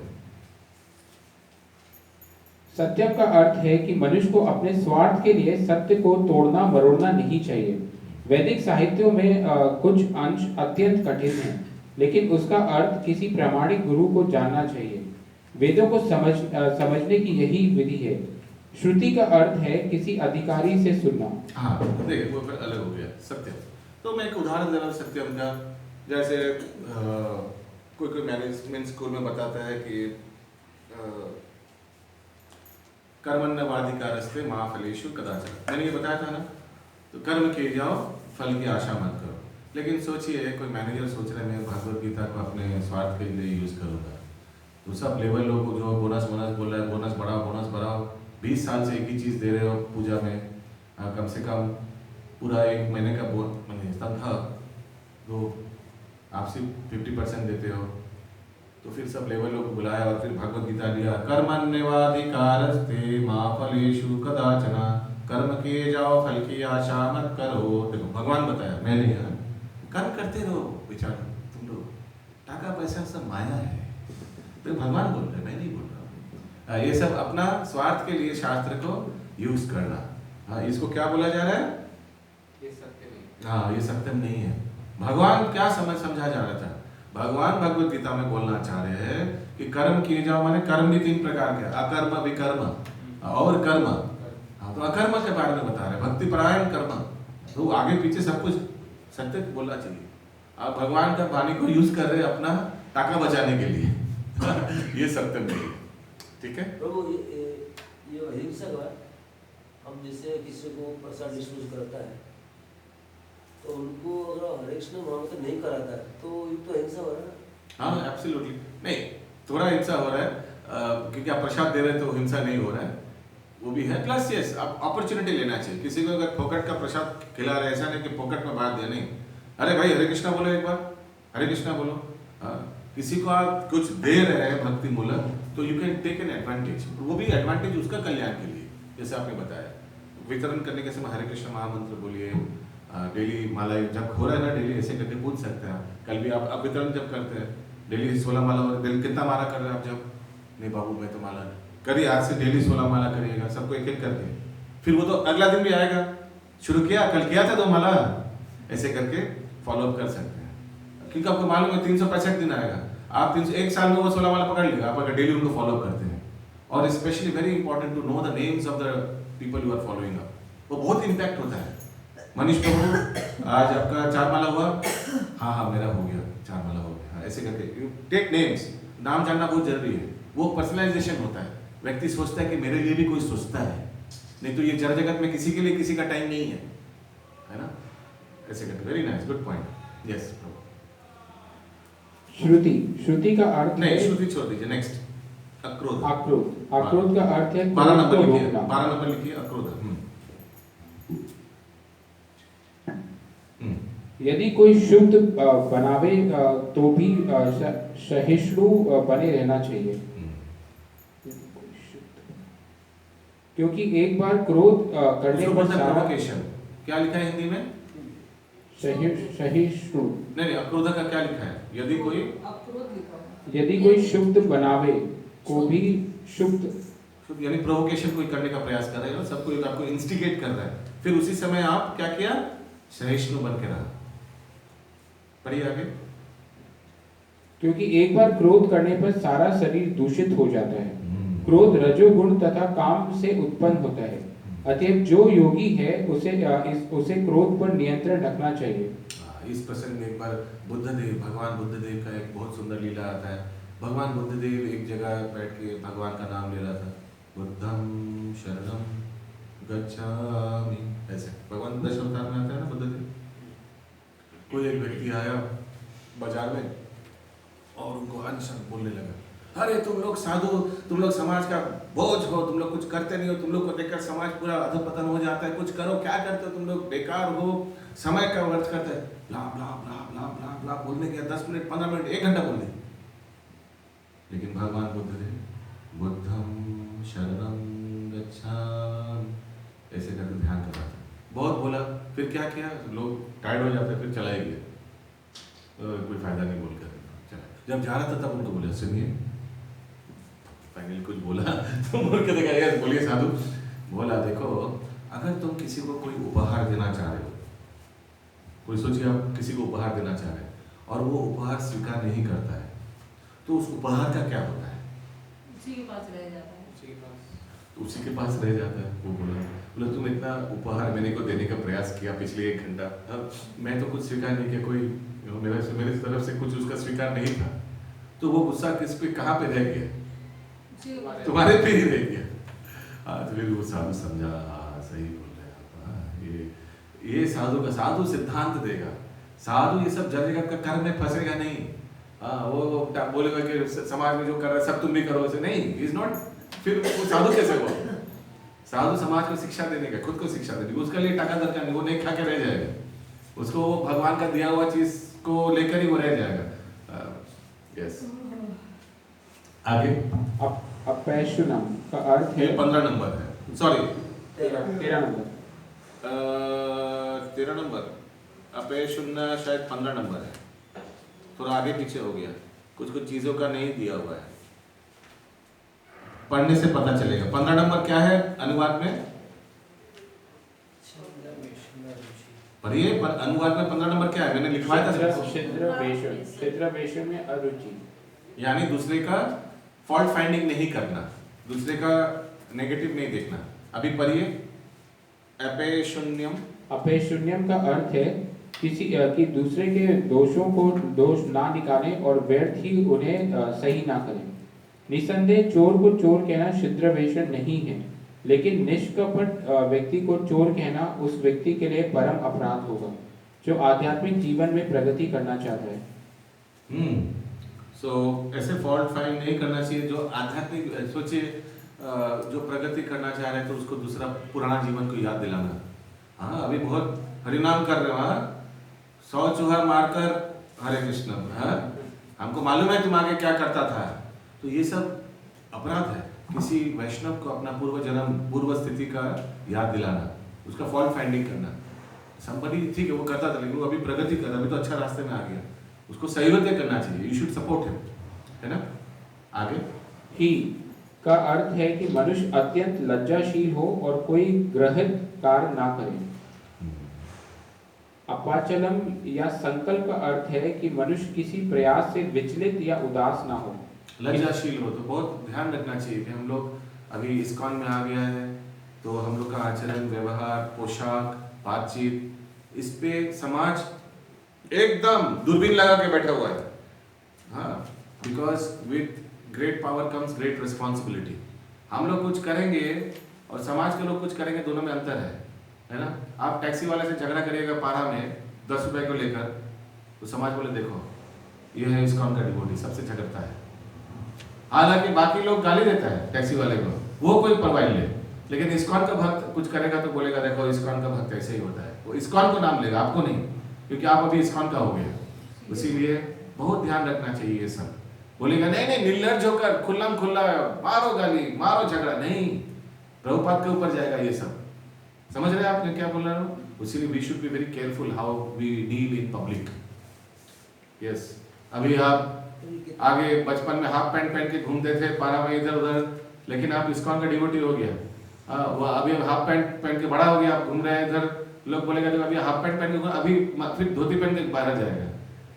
ये सब ऑब्जर्व होता है, बता रहा हूँ, भक्त लोग को ज्यादा रेडर में रखता है बाहर का लोग। ये सब कुछ पूछ रहे थे, कितना नंबर आ गया? मैं तो बोला ये अपैशुन्यम, ये जो है अपैशुनम, ये 15 नंबर है, फाइन फोल्डिंग। री हो गया 19 नंबर।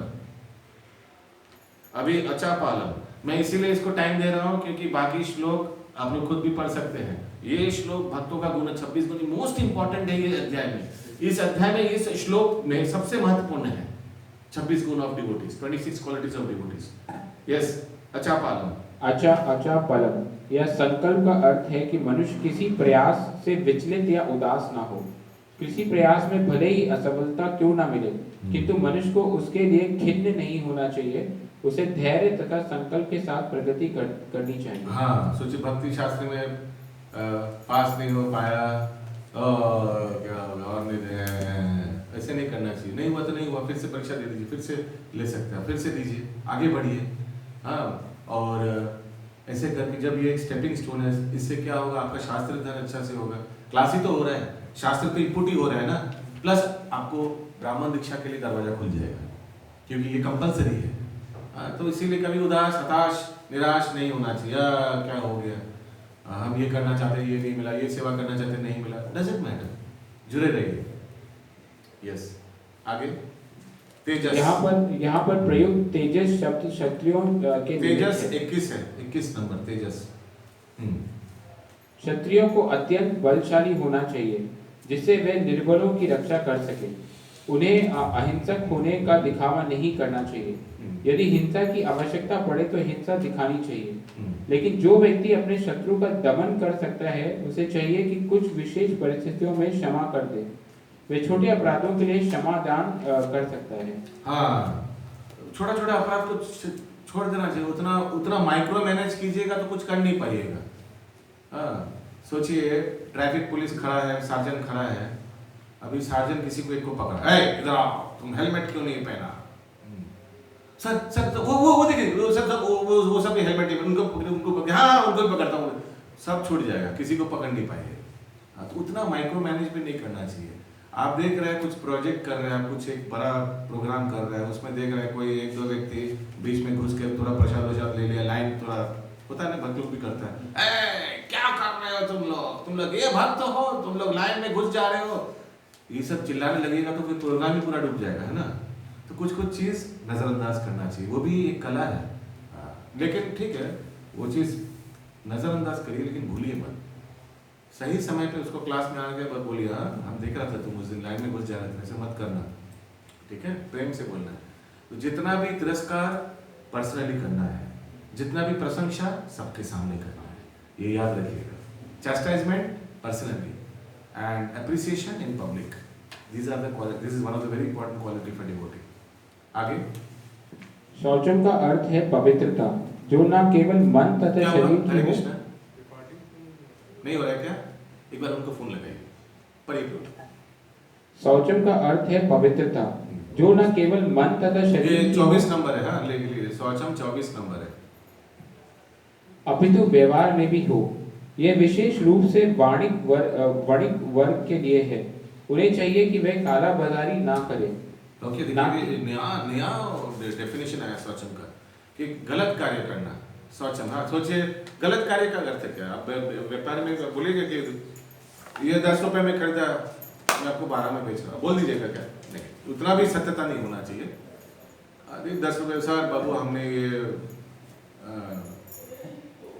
5 रुपये मैंने 10 रुपये में खरीदा और आपको सिर्फ 11 में दे रहा हूँ, सिर्फ 1 रुपया प्रॉफिट है, वो सब चलता है बिजनेस में, वो शौचम, दैट इज ओके। लेकिन ऐसा नहीं करना चाहिए। ये प्लास्टिक का है, बोला देखिए गोल्ड का है, ये जो है ना गोल्ड प्लेटेड है, ये 24 कैरेट गोल्ड है, ये अनएथिकल है, ये सब नहीं करना चाहिए, ये अपवित्रता होगा, ये शौचमता माने शौचम का पालन नहीं कर रहे हैं, ठीक है। बेसिक चीज को आप झूठ बोल रहे हैं, वो ठीक नहीं होगा। You understand the difference? वो अगेंस्ट एटिकेट। फिर आ गया 26 नंबर, नाती मानिता, अर्थात सम्मान की आशा ना करना, शूद्रों अर्थात श्रमिक वर्गों के लिए है, जिन्हें वैदिक आदेशों के अनुसार चारों वर्णों में सबसे निम्न माना जाता है। उन्हें प्रथा, सम्मान या प्रतिष्ठा से फूलना नहीं चाहिए, बल्कि अपनी मर्यादा में बने रहना चाहिए। शूद्रों का कर्तव्य है कि सामाजिक व्यवस्था बनाए रखने के लिए वे उच्च वर्णों का सम्मान करें। हरे कृष्ण। तो हम लोग कलयुग में सभी शूद्र हैं, ओके। तो हम लोग को हमारा कर्तव्य है कि बाकी सब वर्गों को, ब्राह्मणों को, अलग अलग वैष्णवों को हम लोग हेल्प करें, ये हम लोग का कर्तव्य है, ठीक है। बोलिएगा मत कि मैंने नहीं, मैं ब्राह्मण परिवार में, मेरा द्विवेदी है टाइटल, देखिए नहीं। कलयुग में सब शूद्र है, सब भगवान का दास है, दास ही रहेगी, और भक्तों का तो 100% दास है, क्योंकि भगवान खुद बताते हैं जो मेरा दास वो मेरा दास नहीं है, जो मेरा भक्तों का दास है वो एक्चुअली मेरा दास है, ठीक है। Yes, last paragraph. यहाँ पर वर्णित 2600 गुण दिव्य हैं। वर्ण आश्रम धर्म के अनुसार इसका आचरण होना चाहिए। सारांश ये है कि भले ही भौतिक परिस्थितियां शोचनीय हों, यदि सभी वर्णों के लोग इन गुणों का अभ्यास करें तो वे क्रमशः आध्यात्मिक अनुभूति के सर्वोच्च पद तक उठ सकते हैं। वेरी वेरी इंपॉर्टेंट ये 26 गुण। ओके, अभी हम लोग सिर्फ अनुवाद पढ़ेंगे। चौथा नंबर कंटिन्यू। ये सत्यभामा माता जी को दीजिए। दम्भो दर्पो अहिं अभिमानश्च क्रोध पौरुषमेव च अज्ञानं चाभिजातस्य पार्थ संपादमासुरीम्। अनुवाद। हे प्रजापुत्र, दम्भ, दर्प, अभिमान, क्रोध, कठोरता तथा अज्ञान ये असुरी स्वभाव वाले के गुण हैं।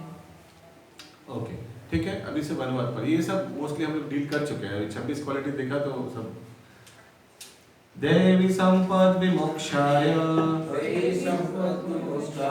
निबंधाय सुरीमत आसु च संपदं देवीम् अभिज्ञातोऽसि पांडव। कंटिन्यू माता जी। दिव्य गुण मोक्ष के लिए अनुकूल है और आसुरी गुण संबंध दिलाने के लिए है। हे पांडुपुत्र, तुम चिंता मत करो, क्योंकि तुम देवी गुणों से युक्त होकर जन्मे हो।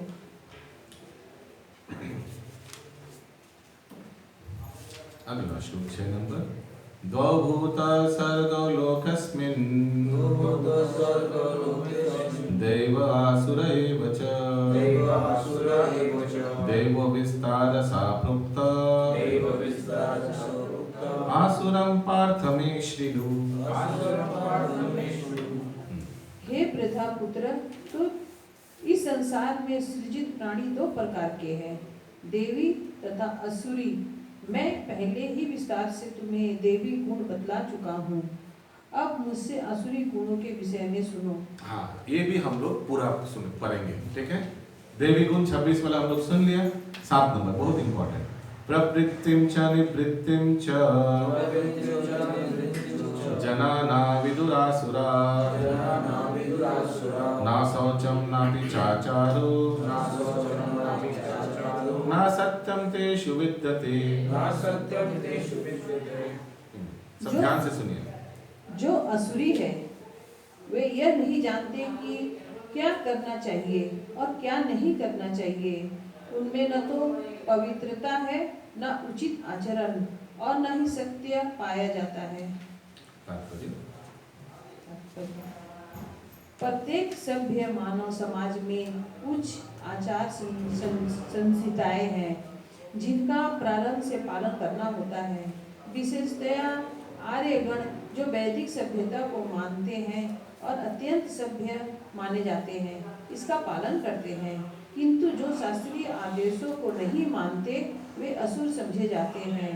इसलिए यहाँ पर कहा गया है कि असुर गण न तो शास्त्रों के नियम को जानते हैं, न उनमें से इनके पालन करने की प्रवृत्तियाँ पाई जाती है। उनमें से अधिकांश इस नियमों को नहीं जानते और थोड़े से जो लोग भी हैं उनमें इन्हें पालन करने की प्रवृत्तियाँ नहीं होती। उन्हें न तो वैदिक आदर्शों में कोई श्रद्धा होती है, न ही उसके अनुसार कार्य करने के इच्छुक होते हैं। असुर गण तो बाहर से न भीतर से स्वच्छ होते हैं। मनुष्य को चाहिए कि स्नान करके दंत मंजन करके। देखिए, तो दो प्रकार का स्वच्छता, एक है इंटरनल और एक है एक्सटर्नल। एक्सटर्नल माने शरीर का। तो शरीर का स्वच्छता में क्या क्या है देख लीजिए। मनुष्य को चाहिए स्नान करके दंत मंजन करके बाल बनाकर वस्त्र बदलकर शरीर को स्वच्छ रखे। जहाँ तक आंतरिक स्वच्छता की बात है, मनुष्य की चाहिए कि वह सदैव ईश्वर के पवित्र नामों का स्मरण करे और हरे कृष्ण महामंत्र का कीर्तन करे। अनुसरण गण बाह्य तथा आंतरिक स्वच्छता के इस अनुसरण में असुर गण बाह्य तथा आंतरिक स्वच्छता के इस नियमों को न चाहे तो इसका पालन ही करे। तो जब भी वो भी उन लोग को करते ही नहीं, अंदर का आंतरिक स्वच्छता, जो काम क्रोध लोभ मोह मद मात्सर्यता को साफ कर सकता है वो भी नहीं करता है। और देखिएगा असुरगण जो है वो स्नान वान ये सब कुछ अपने को साफ भी नहीं रखते, ऐसे ही है उन लोग का। यस, लेकिन जो वैष्णव है, जो ब्राह्मण है, वो 3 बार स्नान करता है, अपने आप को स्वच्छता रखता है। ये क्यों लगता है कि ये शरीर मंदिर जैसा है? क्यों मंदिर जैसा है शरीर? हाँ, इसमें परमात्मा है, ठीक ना। तो मंदिर किसको बोले? जहाँ भगवान रहते हैं, तो भगवान निवास करते हैं शरीर में परमात्मा रूप में। तो मंदिर का हम लोग साफ करते हैं ना, आप देखिएगा मंदिर कितना साफ रहता है। और वैसे ही शरीर को भी साफ रखना चाहिए, should be neat and clean. कोई की बोलता वैसे हम तो भगवान बात करते भगवान, क्या समझाना चाहिए? क्या क्या हम तो बोलो भगवान है, हम लोग भगवान नहीं मंदिर जाना जरूरी नहीं हो, भगवान यहाँ है। हाँ, भगवान यहाँ तो है, हृदय में है परमात्मा, सही बोल रहे हैं। मंदिर नहीं जाना हमको। और मंदिर नहीं जाना है तो मंदिर नहीं जाए, मंदिर आपका शरीर मंदिर है तो आइए आरती करते आपका शरीर को आग लगा दीजिएगा डायरेक्ट। तो मूर्खता है, भगवान है मंदिर ये है, ये क्या हंसेगा लोग, अज्ञानता है। आप अपना शरीर को मंदिर बोल रहे हैं और आप नॉनवेज खा रहे हैं। मंदिर में तो नॉनवेज नहीं होता है, प्याज लहसुन नहीं चढ़ता है, चाय नहीं चलता है, तंबाकू नहीं चढ़ता है। ऐसे बोल के उनको निकाल कर सकते हो, खंडन कर सकते हो उसको, बोलिए। यस, आगे। जहाँ तक आचरण की बात है, मानव आचरण का मार्गदर्शन करने वाले अनेक विधि विधान हैं। जैसे मनु संहिता में जो मानव जाति का अधिनियम है कि जहाँ तक कि आज भी सारे हिंदू मनु संहिता का ही अनुगमन करते हैं। हाँ, ये मनु संहिता से कॉन्स्टिट्यूशन लॉज वगैरह सब कुछ आया है। अभी आपको मालूम होगा कि जो रिसेंटली हमने सुना, वो आईपीसी जो है वो चेंज हो गया। आईपीसी नहीं बोला जाता, उसको क्या बोला जाता है? नया संहिता ना क्या, अकॉर्डिंग टू भारतीय न्याय संहिता। हाँ, बीएनएस हो गया, आईपीसी नहीं बोलते और इंडियन पिनल कोड नहीं बोलते। और देखा आप लोग ने? तो ये सब मनु संहिता, इसी से सब कॉन्स्टिट्यूशन बना हुआ। कॉन्स्टिट्यूशन का रूल्स एंड रेगुलेशन सिर्फ हम लोग का नहीं, हम लोग से चुराया गया, बाकी देशों का भी वही इसी से आया है। ठीक है, मनु संहिता से। आगे इसी ग्रंथ से उत्तराधिकार तथा अन्य विधि संबंधी बातें ग्रहण की जाती है। मनु संहिता में स्पष्ट कहा गया है कि स्त्री को स्वतंत्रता न प्रदान की जाए। इसका अर्थ यह नहीं है कि स्त्रियों को दासी बनाकर रखा जाए, ये तो बालकों के समान है। बालकों को स्वतंत्रता नहीं दी जाती है, लेकिन इसका अर्थ यह नहीं है कि दास बनाकर रखे जाते हैं। कोई माता जी भी पूछी थी प्रभु से कि ये क्यों किया है कि स्त्री को स्वतंत्रता नहीं दिया जाता है, हमेशा संरक्षण में रहना पड़ता है, इंडिपेंडेंस से मिसयूज क्यों करेगा? क्योंकि स्त्री में एक क्वालिटी रहता है, गुण है कि बहुत भोग का प्रवृत्ति बहुत ज़्यादा है पुरुषों से, उसीलिए स्वतंत्रता देने से वो मिसयूज हो जाएगा, क्योंकि भोग का प्रवृत्ति बहुत हाई है कंपेयर टू पुरुष। क्यों ऐसा है? क्योंकि भगवान ने ऐसा बनाया है। इसमें कोई खराब बुरा लो हाई फील करने का कुछ नहीं है। भगवान ने अलग अलग 2 प्रकार का शरीर बनाया, पुरुष और महिला का, तो वैसे उस बनाया तो वैसे ही है, तो उसीलिए संरक्षण में रखना चाहिए। Very important. इसमें कोई प्रॉब्लम क्या है? एक्चुअली संरक्षण में रहने में कोई दिक्कत नहीं है। इनफैक्ट सोचिए, अगर आपका कोई दायित्व ले लिया तो उसमें प्रॉब्लम क्या है? तो आप तो बिंदास रहोगे। बताइए, बिल्ली का बच्चा ज़्यादा आराम में है या बंदर का बच्चा? बिल्ली का बच्चा, हाँ आप देखा है, बिल्ली का बच्चा बिल्ली का मुंह में आ करके पकड़ के रखता है दांतों के बीच, और वो बेचारा आराम से सोता है। तो मालूम है मम्मी हमको यहाँ से वहाँ ले जाएगा, ठीक ना। लेकिन बंदर का बच्चा क्या होता है? वो उसको पकड़ना पड़ता है मम्मी को पीठ में, और मालूम है मम्मी अभी कूदने वाला है दूसरा वृक्ष में, अगर हम ठीक से नहीं पकड़ा तो हम गिरेगा। माने स्वतंत्रता अपने हाथ में है, और बिल्ली का बच्चा का स्वतंत्रता किसके हाथ में है? उसकी माँ के हाथ में है। दोनों में से कौन सा परिस्थिति आप लेना चाहेंगे? ऑब्वियसली बिल्ली का बच्चा। What is wrong in being under somebody's jurisdiction? इसमें प्रॉब्लम क्या है? ये दिमाग में नहीं जाएगा। ये दिमाग में गया तो बहुत प्रॉब्लम सॉल्व हो जाएगा समाज का। ये दिमाग नहीं, स्वतंत्र हम अपने हाथ में रखेंगे। अपने हाथ में रखने से प्रॉब्लम है, क्योंकि मैंने जैसे बताया एक क्वालिटी है विमेन का, वो है भोग का प्रवृत्ति बहुत है। तो जिनका भोग का प्रवृत्ति बहुत है उनको कैसे आप स्वतंत्रता दे सकते हैं? समझ रहे हैं? प्रभु जी बोला तो उल्टा ही आता है कि आदमियों का वो ज्यादा नहीं, शास्त्र पढ़िए, इसमें पता चलेगा। The tendency for sense gratification is very high in case of women compared to men. That's why they should not be given independence. They should be always under somebody's administration. That is very important. कोई पुरुष का administration वो रहना बहुत जरूरी है, क्योंकि उनको अच्छा से गाइड कर पाएगा। गाइडेंस दरकार है और कुछ नहीं। यस, आगे। लेकिन असुरों ने हाँ, ये तो अभी हॉट टॉपिक है, अभी सब प्रश्न आएगा एक-एक करके। आगे बढ़ना है। हाँ, बोलिए। हाँ, स्वीकार नहीं कर पाते, तो वही संरक्षण में रहने वो प्रॉब्लम हो जाता है। कोई गाइडेंस में नहीं रहना चाहते। जैसे आप देखिएगा क्लास में मॉनिटर हो तो लोग नहीं, मॉनिटर क्यों, टीचर ना हो तो और अच्छा है ना। अब देखिए क्लास में क्या होगा, फिर सब अपना औकात पे आ जाएगा सब, है ना। क्लास में टीचर नहीं हो तो कैसा होता है। तो वो लोग चाहते हैं ऐसे परिवेश कि there is nobody to be, I should not be watched, मैं किसी का, I should not be accounted for, accountability ना रहे मेरे को, मैं कोई सर्वेलेंस में ना रहूँ। तो लोग चाहते हैं वैसा। उससे क्या होगा, मैं कुछ भी कर सकता हूँ, उस परिस्थिति में रहना चाहते हैं, मनमानी करेंगे। मनमानी करेंगे। लेकिन ये तो प्रॉब्लम है। It's better to be under observation, surveillance, accountability, वो सब रहना बहुत अच्छा है। उसीलिए देखिएगा हम लोग का बलदेव ग्रुप का जब साधना ग्रुप है, बहुत हार्डली कुछ लोग उसमें भरता है। बहुत जरूरी है अपना जब साधना को डेली, वो आप लिख के देखिए, मेरा जब हो गया, इसका तो वही मतलब है ना, जब साधना ग्रुप, मेरा जब हो गया 16 माला, यू आर अकाउंटेबल। प्रभु कोई देखता नहीं, कुछ बोलता नहीं, डजंट मैटर, आप तो देखते हैं, यू आर अकाउंटेबल ना। वो ग्रुप तो इसीलिए बनाया गया है ना, डालिए।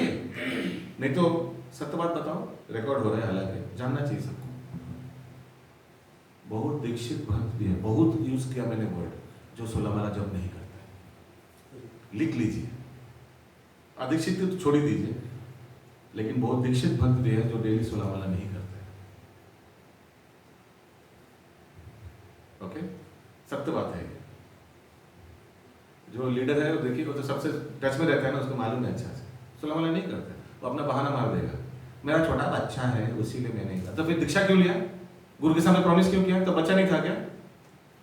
मेरा परिस्थिति ऐसा है उसीलिए मैं जप नहीं करता, भगवान को तो मालूम है, प्रभु को मालूम है। अच्छा ऐसे ऐसे बहाना मार के नहीं करता, दीक्षा हो गई नहीं करता।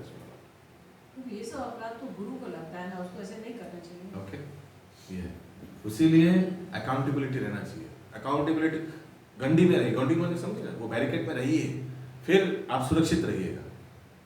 अदरवाइज देखिए, हम लोग तो कोई बच्चा नहीं है, अपना भक्ति को ठीक से अपना कोई संभालना पड़ेगा।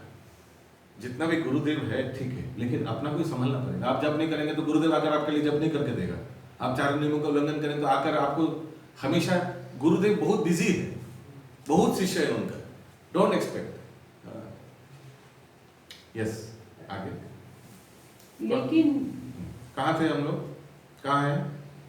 यहाँ है मनुष्य संहिता को मानव जाति, ये हाँ, ये पैरा है। लेकिन असुरों ने ऐसे आदेशों की उपेक्षा कर दी है।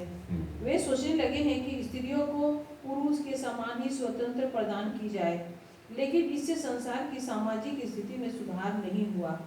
वास्तव में स्त्रियों की जीवन की प्रत्येक अवस्था में सुरक्षा प्रदान की जानी चाहिए। उसके बाल्यकाल में पिता द्वारा संरक्षण प्रदान किया जाना चाहिए, तरुण में पति के द्वारा और बुढ़ापे में बड़े पुत्रों के द्वारा। मनु संहिता के अनुसार यही उचित सामाजिक आचरण है, लेकिन आधुनिक शिक्षा में नारी का एक अंतरजातीय अहंकार पूर्वक बोध उत्पन्न कर दिया है। अतएव वह विवाह एक कल्पना बन चुका है। स्त्री की नैतिक स्थिति भी बहुत अच्छी नहीं रह गई।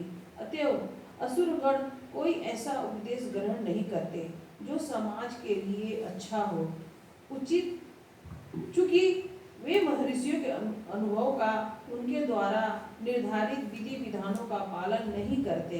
अतः असुरी लोग ही सामाजिक स्थिति को अत्यंत शोचनीय है। किसी का कोई प्रश्न है, कोई लाइन समझ नहीं आया? अगला श्लोक 8 नंबर।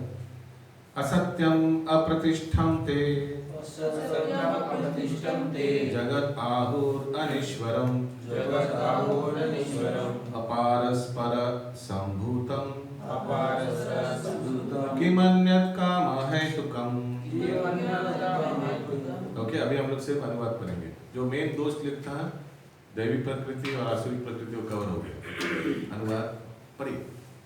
वे कहते हैं कि यह जगत मिथ्या है, इसका कोई आधार नहीं है और इसका नियम किसी ईश्वर द्वारा नहीं होता है। उसका कहना है कि यह कामेच्छा से ही उत्पन्न होता है और काम के अतिरिक्त कोई अन्य कारण नहीं है। स्पेशली पुणे में बहुत बड़ा संस्था है, सिर्फ काम इच्छा वैसे ही उसी में सब लिप्त है। ऐसे करके ये फिलोसफी प्रोपगेट करता है। अगला श्लोक 9 नंबर। एताम दृष्टिम अवस्तभ्य नस्तात्मनो अल्प बुद्धय प्रभावन्त्युग्र कर्मणा शायया जगतो अहित। ऐसे निष्कर्षों का अनुगमन करते हुए आसुरी लोग जिन्होंने आत्मज्ञान खो दिया है और जो बुद्धिहीन है, ऐसे अनुपयोगी एवं भयावह कार्यों के निवृत्त होते हैं जो संसार के विनाश करने के लिए होता है। हाँ, तो ऐसे आसुरी लोग भयावह कार्य करेगा। आप लोग कलयुग में देख रहे हैं कितना डेंजर सुनने को मिलता है। आज से कम 10-20 साल हो गया ना, वो मनुष्य का मांस खाना, वो नोएडा में पकड़ा गया था सुरंग के अंदर, क्या मनिंदर ना क्या नाम था। हाँ, अरे ये पुराना चीज हो गया। अभी मनुष्य का मांस खाना, मार काट कूट के खाना पीना, वो सब तो हो गया, सब कुछ पुराना बात है। जितना दिन जाएगा और नया लेटेस्ट सुनने को मिलेगा। यह है आसुरी प्रवृत्ति। अगला श्लोक 10 नंबर। काममाश्रित्य दुष्पूरम दंभ मदन्वित मोहद गृहीत्वा सद्ग्राहम प्रवर्तन्ते असुचि व्रता। कभी न संतुष्ट होने वाले काम का आश्रय लेकर तथा गर्व के मद एवं मिथ्या प्रतिष्ठा में डूबे हुए आसुरी लोग इस तरह मोहग्रस्त होकर सदैव क्षण भंगुर वस्तुओं के द्वारा अपवित्र कर्म का व्रत लिए रहते हैं। अपवित्र कर्म का व्रत लिए रहते हैं कि जो खराब काम कर रहा है, अपवित्र कार्य कर रहा है, उसी में रहते हैं, उसी में रहना पसंद करते हैं।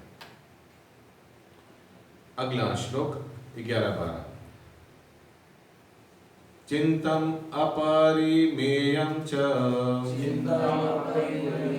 प्रलयन्तम उपाश्रिता कामुपभोग परम एतावदिति निश्चिता। आसपास सतेर्बद्ध काम क्रोध परायण विहन्ति काम भोगर्थम अन्ययनार्थ संचय। यस, नेक्स्ट स्पीकर रोहिणी माता जी, रोशनी माता जी।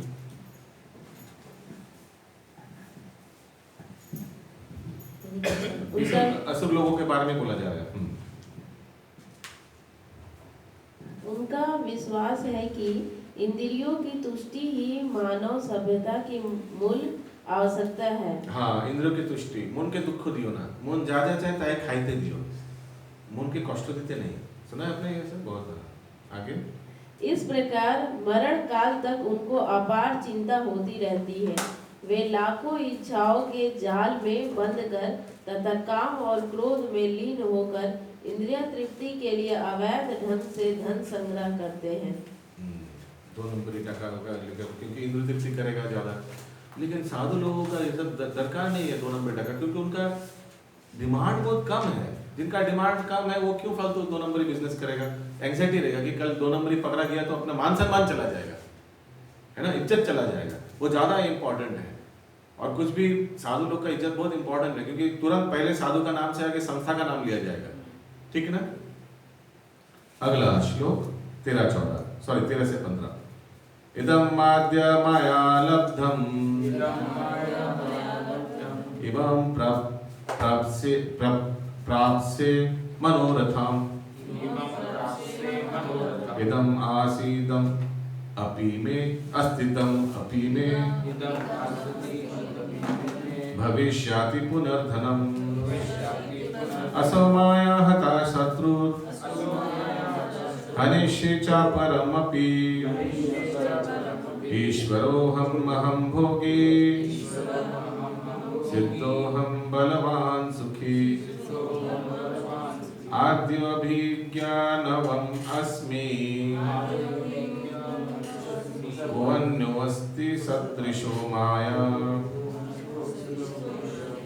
यक्षे दस्यामि मोदिस्य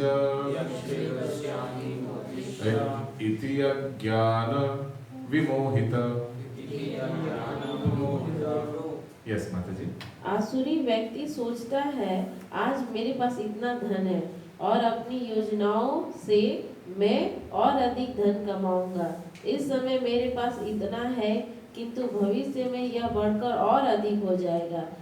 वह मेरा शत्रु है और मैंने उसे मार दिया है और मेरे अन्य शत्रु तो भी पहला मार वाला जो है दिए। ना, इतना मेरा धन है और इतना फ्यूचर में हो जाएगा, मैंने इसको इधर इन्वेस्ट किया, जब मैं बूढ़ा हो जाऊंगा तो ये सब हमको संभालेगा एक्सेट्रा एक्सेट्रा। लेकिन उसी दिन उसी साल कोविड होके मर गई, जा खेल ही खत्म। ऐसे होता है ना, बहुत हुआ भी होगा, है ना। तो इसीलिए कहा जाता है कि अगर भगवान को हंसाना है तो क्या करना चाहिए, भगवान को अपना फ्यूचर प्लान बोलिए, भगवान बहुत हंसेगा। भगवान को हंसाना है, कॉमेडी बनना है तो भगवान के सामने अपना फ्यूचर प्लान बोलिए, मैं अभी ये कर रहा हूँ, फिर ये करूँगा, फिर ये करूँगा, फिर वो करूँगा। भगवान बोले ये तो परसों ही जा रहा है। हरे कृष्ण। यस, आगे। मैं सभी वस्तुओं का स्वामी हूँ, मैं भोक्ता हूँ, मैं सिद्ध शक्तिमान तथा सुखी हूँ, मैं सबसे धनी व्यक्ति हूँ और मेरे आसपास मेरे कुलीन संबंधी है। कोई अन्य मेरे समान शक्तिमान तथा सुखी नहीं है। मैं यज्ञ करूँगा, दान दूंगा और इस तरह आनंद मनाऊंगा। इस प्रकार ऐसे व्यक्ति अनावश्यक मोहग्रस्त होते रहते हैं। ठीक ना, ये आसुरिक व्यक्ति का ऐसे ऐसे उनका सोच रहता है। अनेक चित्त विभ्रांत मोह जाला समावृति प्रशक्त शम भोगेषु पतन्ति नरके असुचौ। इस प्रकार अनेक चिंताओं से उद्विग्न होकर तथा मोह जाल में बंद कर वे इंद्रिय भोग में अत्यधिक आसक्त हो जाते हैं और नरक में गिरते हैं। आत्मा संभाविता शब्द धान धान मान मदन्वित यजन्ते नाम यज्ञस्ते दम्भेना विधिपूर्वकम्। अपने को श्रेष्ठ मानने वाले तथा सदैव घमंड करने वाले, संपत्ति तथा मिथ्या प्रतिष्ठा में मोहग्रस्त लोग किसी विधि विधान का पालन न करते हुए कभी कभी नाम मात्र के लिए बड़े ही गर्व के साथ यज्ञ करते हैं। नाम मात्र के लिए बड़े ही गर्व के साथ यज्ञ करते हैं कि सबको बुलाएगा, बहुत बड़ा होम यज्ञ होगा, सब चारों ओर बैठा रहेगा देखने, अच्छा अच्छा सीसीटीवी कैमरे, लाइव कवरेज एक्सेट्रा। वो नाम के लिए, नाम शौहरत के लिए यज्ञ करते हैं। पंडित जी को बोले, पंडित जी बोले अभी मुहूर्त नहीं, नहीं डजंट मैटर, उसको मारो बोले, अभी करो, अभी शुरू करो, अभी सब आएगा उसी समय, सबको देखना है। वैसे करके सब कुछ कंट्रोल करने का प्रयास करते, तो यज्ञ का कोई फल नहीं होता है। 18 नंबर, अहंकारं बलं दर्पं कामं क्रोधं च संस्मृति मामात्मा परदेहेषु प्रद्विषन्तो अभ्यसूयका। मिथ्या अहंकार, बल, दर्प, काम तथा क्रोध से मोहित होकर आसुरी व्यक्ति अपने शरीर में तथा अन्यों के शरीर में स्थित भगवान से ईर्ष्या और वास्तविक धर्म की निंदा करने लगते हैं। प्रभु जी यहाँ पे मिथ्या अहंकार बल के बाद जो दर्प है, दर्प का मतलब क्या है? प्राइड, अहंकार, स्ट्रेंथ, प्राइड लिखा है इंग्लिश में, यानी बहुत गर्व, दंभ लिखा है क्या? दर्प, स्ट्रेंथ, प्राइड, लस्ट, दर्प का लस्ट लिखा है, काम इच्छा।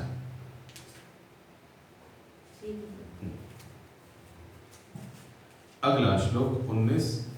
तमाहम द्विषता क्रूरन संसारेषु नराधमां क्षिपम्याजाश्रम आशुभान् आशुरेष्वेषु एव योनिषु। अनुवाद। जो लोग ईर्ष्यालु तथा क्रूर है और नराधम है, उन्हें मैं निरंतर विभिन्न आसुरी योनियों में भवसागर में डालता रहता हूँ। आसुरीं योनिं यस नेक्स्ट स्पीकर माताजी। आसुरीं योनिमापन्ना मूढ़ जन्मानि जन्मनि मामपराप्यैव कौन्तेय ततो यान्त्यधमां गतिम्। हे कुंती पुत्र, ऐसे व्यक्ति आसुरी योनि में बारंबार जन्म ग्रहण करते हुए कभी भी मुझ तक पहुंच नहीं पाते। वे धीरे धीरे अत्यंत अधम गति को प्राप्त होते हैं। ओके, सो निम्न योनि में ऐसे 84 लाख योनि में घूमते रहते हैं अधोग। त्रिविधं नरकायेदं द्वारं नाशनमात्मना कामक्रोध तथस्लोभ तस्मादेतत्त्रयं त्यजेत्। इस नरक के 3 द्वार हैं, काम, क्रोध तथा लोभ। प्रत्येक बुद्धिमान व्यक्ति को चाहिए कि इन्हें त्याग दे, क्योंकि इनसे आत्म का पतन होता है। एतैर्विमुक्त कौन्तेय तमोद्वारे स्त्रिभिर्नरः आचरत्यात्मना श्रेयः ततो याति परं गतिम्। हे कुंती पुत्र, जो व्यक्ति इन 3 नरक द्वारों से बच पाता है, वह आत्म साक्षात्कार के लिए कल्याणकारी कार्य करता है और इस प्रकार क्रमशः परम गति को प्राप्त होता है। यह शास्त्र विधिम उत्सृज्य वर्तते कामकारता नासा सिद्धिमवाप्नोति न सुखम न परां गतिम्। जो शास्त्रों के आदेशों की अवहेलना करता है और मनमाने ढंग से कार्य करता है, उसे न तो सिद्धि, न सुख, न ही परम गति की प्राप्ति हो पाती है। हाँ, इसका थोड़ा अनुवाद पढ़िए, फर्स्ट पैरा। तात्पर्य, जैसा कि पहले कहा जा चुका है, मानव समाज के विभिन्न आश्रमों तथा वर्णों के लिए शास्त्र विधि दी गई है। प्रत्येक व्यक्ति को इन विधि विधानों का पालन करना होता है। यदि कोई इनका पालन न करे, काम, क्रोध और लोभवश स्वेच्छा से कार्य करता है, तो उसे जीवन में कभी सिद्धि प्राप्त नहीं हो सकती। दूसरी शब्दों में, भले ही मनुष्य की सारी बातें सिद्धांत के रूप में जानता रहे, लेकिन यदि वह इन्हें अपने जीवन में नहीं उतार पाता, तो वह अधम जाना जाता है। मनुष्य योनि में जीव की आशा की जाती है कि वह बुद्धिमान बने और सर्वोच्च पद तक जीवन को ले जाने वाले विधानों का पालन करे, किंतु यदि वह इनका पालन नहीं करता, तो उसका अधःपतन हो जाता है।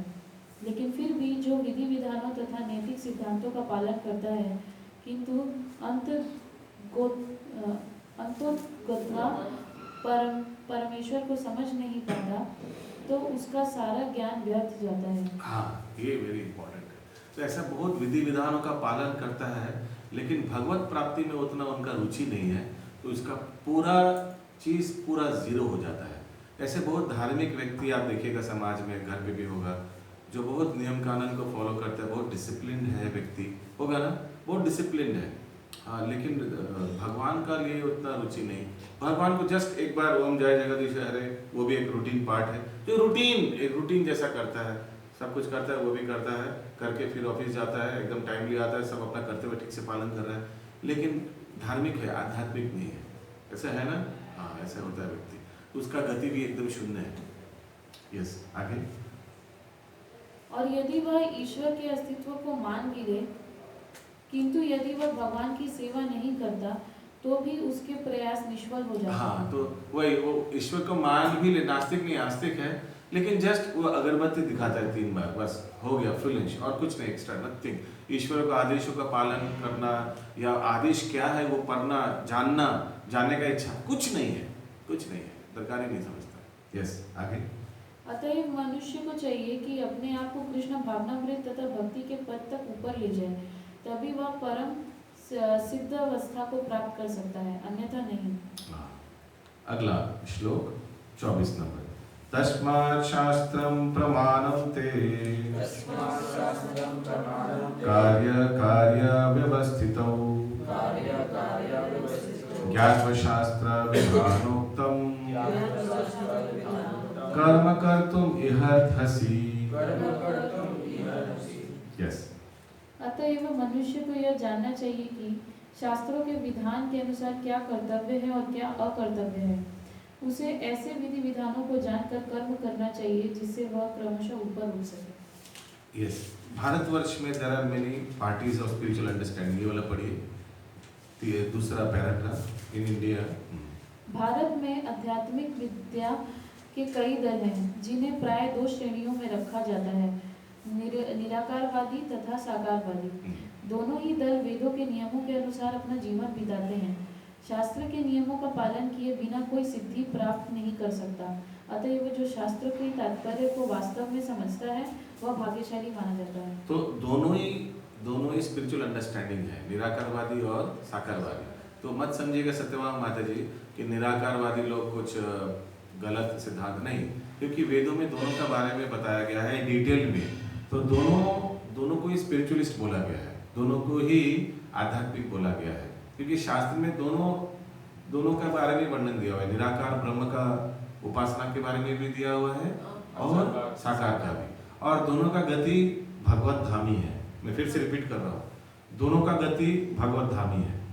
प्रॉब्लम यही है कि पहला वाला जो निराकारवादी और भगवत धाम का ब्रह्म ज्योति में जाकर फंस जाता है, उससे ऊपर और उठ नहीं पाता है, लेकिन भगवत धाम प्राप्ति है।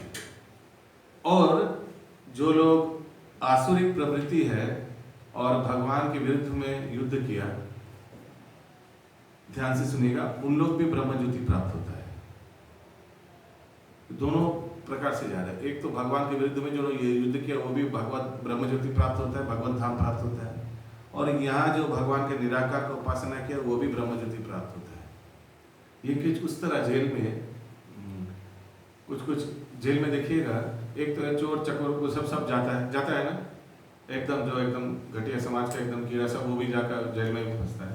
और समाज के कुछ पढ़े लिखे बैंक वाला जो बड़ा खेल खेला है, पढ़े लिखे IIT pass out, IIM pass out, लेकिन बैंक फ्रॉड में पकड़ा गया है 10,000 करोड़ में, वो भी जाकर ब्रह्म ज्योति में, वो जेल में जाकर फंसते हैं। तो जेल में 2 प्रकार का व्यक्ति होता है यूजुअली, पढ़े लिखे और फिर एकदम चोर, एकदम वो श्रेणी चोर डकैत।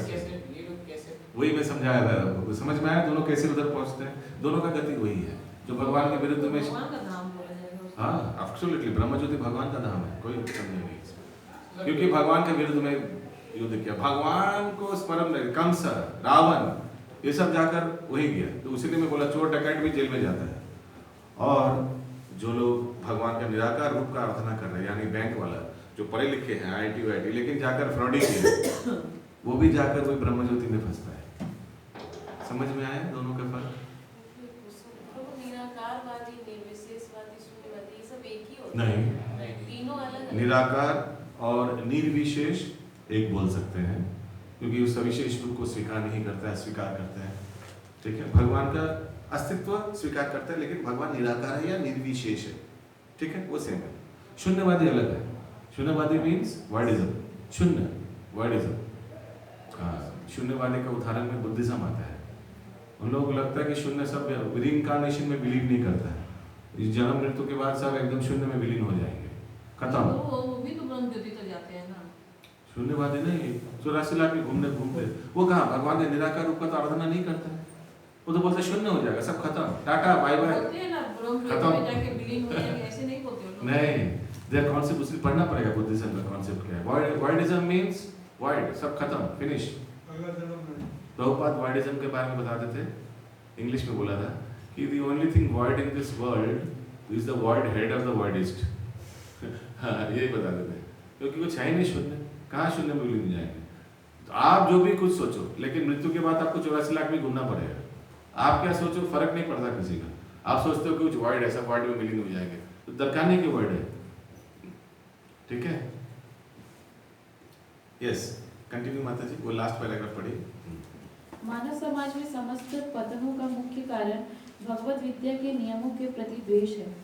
यह मानव जीवन का सर्वोच्च अपराध है। अतएव भगवान की भौतिक शक्ति अर्थात माया त्रयतापों के रूप में हमें सदैव कष्ट देती रहती है। यह भौतिक शक्ति प्रकृति के 3 गुणों से बनी है।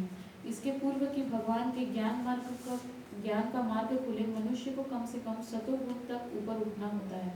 सतोगुण तक उठे बिना वह तमो तथा रजोगुणों में रहता है, जो आसुरी जीवन के कारण स्वरूप है। हाँ, तो बहुत इंपॉर्टेंट है, व्यक्ति एटलीस्ट सतोगुण तक उठे, वो बहुत फेवरेबल हो जाता है व्यक्ति, फिर भक्ति को अपनाने बहुत फेवरेबल है। देखिए सब यूजुअली बता रहा हूँ, अभी प्रभुपाद का अलग था कि प्रभुपाद ने फिरंगियों को भी भक्ति में ले आया, जो 4 नियम का उल्लंघन करते जो एकदम आसुरिक था।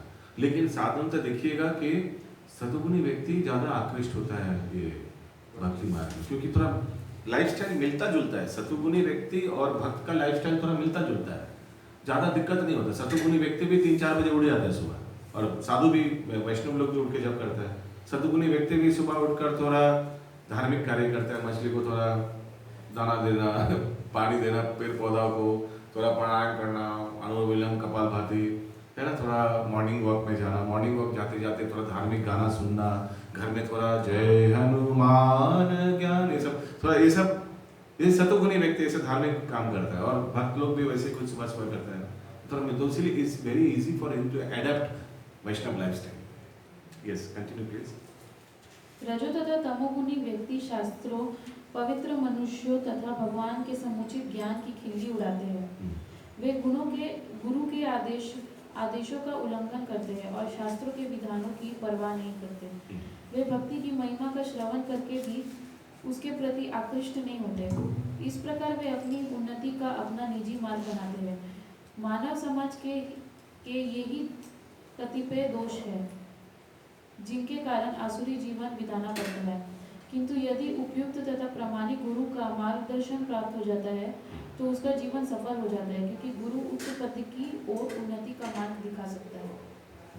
तो अगर ऐसे आसुरिक व्यक्ति को प्रभुपाद जैसे बहुत स्ट्रॉन्ग गुरु प्रीचर के सानिध्य मिल गया, तो ये भी एक एक्सेप्शन है, क्योंकि ऑपोजिट्स अट्रैक्ट। हाँ, एकदम आसुरिक व्यक्ति और एकदम साधु व्यक्ति, दोनों का अगर मिलन हो गया तो वो हो सकता है, वो जादू हो सकता है, हुआ भी है, हुआ भी है। वो जैसे कहते हैं ना कि खिल्ली उड़ाते, इसमें लिखा हुआ है, बोलते हैं ना कि हरे कृष्ण वाला लड़का सोता नहीं है, रात भर जागा तो 4 बजे भोर में संग हो जाता है। यस, हरे कृष्ण कृष्ण कृष्ण हरे हरे, हरे राम राम राम हरे हरे। अभी हम लोग 5 मिनट थोड़ा टाइम दीजिए, हम लोग एक बार मेमोरी श्लोक एक बार सब पाठ कर लेते हैं। मेमोरी श्लोक जो है इस यूनिट 3 में, ठीक है। सब कृपया अपना मोबाइल में व्हाट्सएप ग्रुप खोलिए। कोई डाला है क्या उसमें, या देखिए पुराना वाला होगा, एक्चुअली नेटवर्क थोड़ा कम है तो पुराना वाला खोलिए।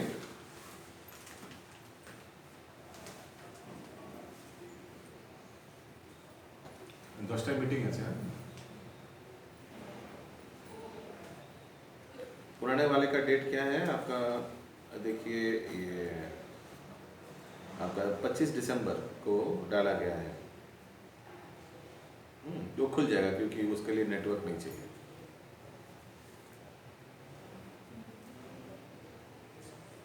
ओके, सब एक साथ मिला, सबको खोले अपना, जल्दी खोलिए। 25 दिसंबर का देखिए वर्ड फाइल है,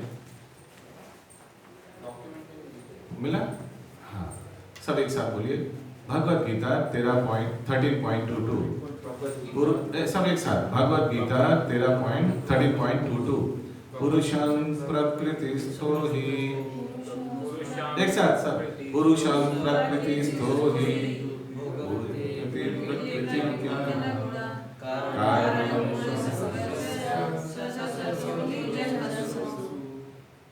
सॉरी, भगवत गीता 13.22 उपद्रेष्टानुमन्तश्च भर्ता भोक्ता महेश्वर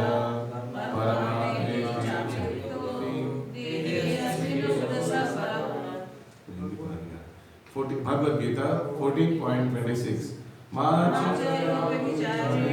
भक्ति योगेन सेवते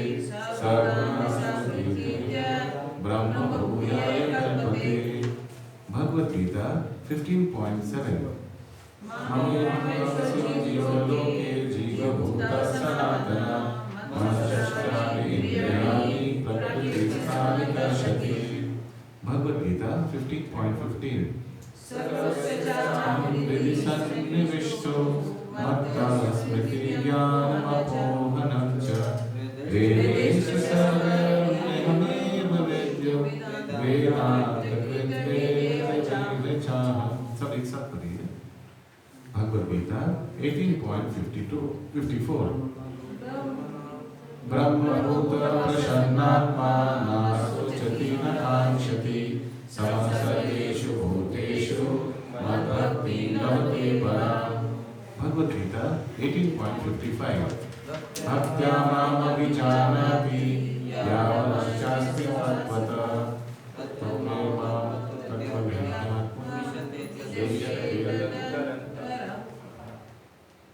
भगवद गीता 18.65 मन्मना भव मद्भक्तो मद्याजी मां नमस्कुरु मामेव ससि सत्यन्ते प्रतिजानो प्रियोऽसि मे। भगवद गीता 18.66 सर्वधर्मान् परित्यज्य मामेकं शरणं व्रज अहं त्वं सर्वपापेभ्यो मोक्षयिष्यामि मा शुचः। हरे कृष्ण। तो हम लोग कैसे प्रश्न करेंगे जब इस टेस्ट होगा? मैं आपको 18.66 बोलूँगा तो आपको श्लोक बोलना है, ये हो सकता है। मैं आपको अनुवाद पर दूंगा, आपको श्लोक बोलना है, ये भी हो सकता है। ठीक है? और मैं श्लोक बताऊंगा और आपको अनुवाद बताना है, ये भी हो सकता है। तो इसलिए अच्छा से ये श्लोका को टाइम दीजिए, सब प्रिंट आउट निकाल के दीवार में चिपका दीजिए, प्रैक्टिस करिए। ठीक है? डेली 2 बार प्रैक्टिस करिए। हरे कृष्ण।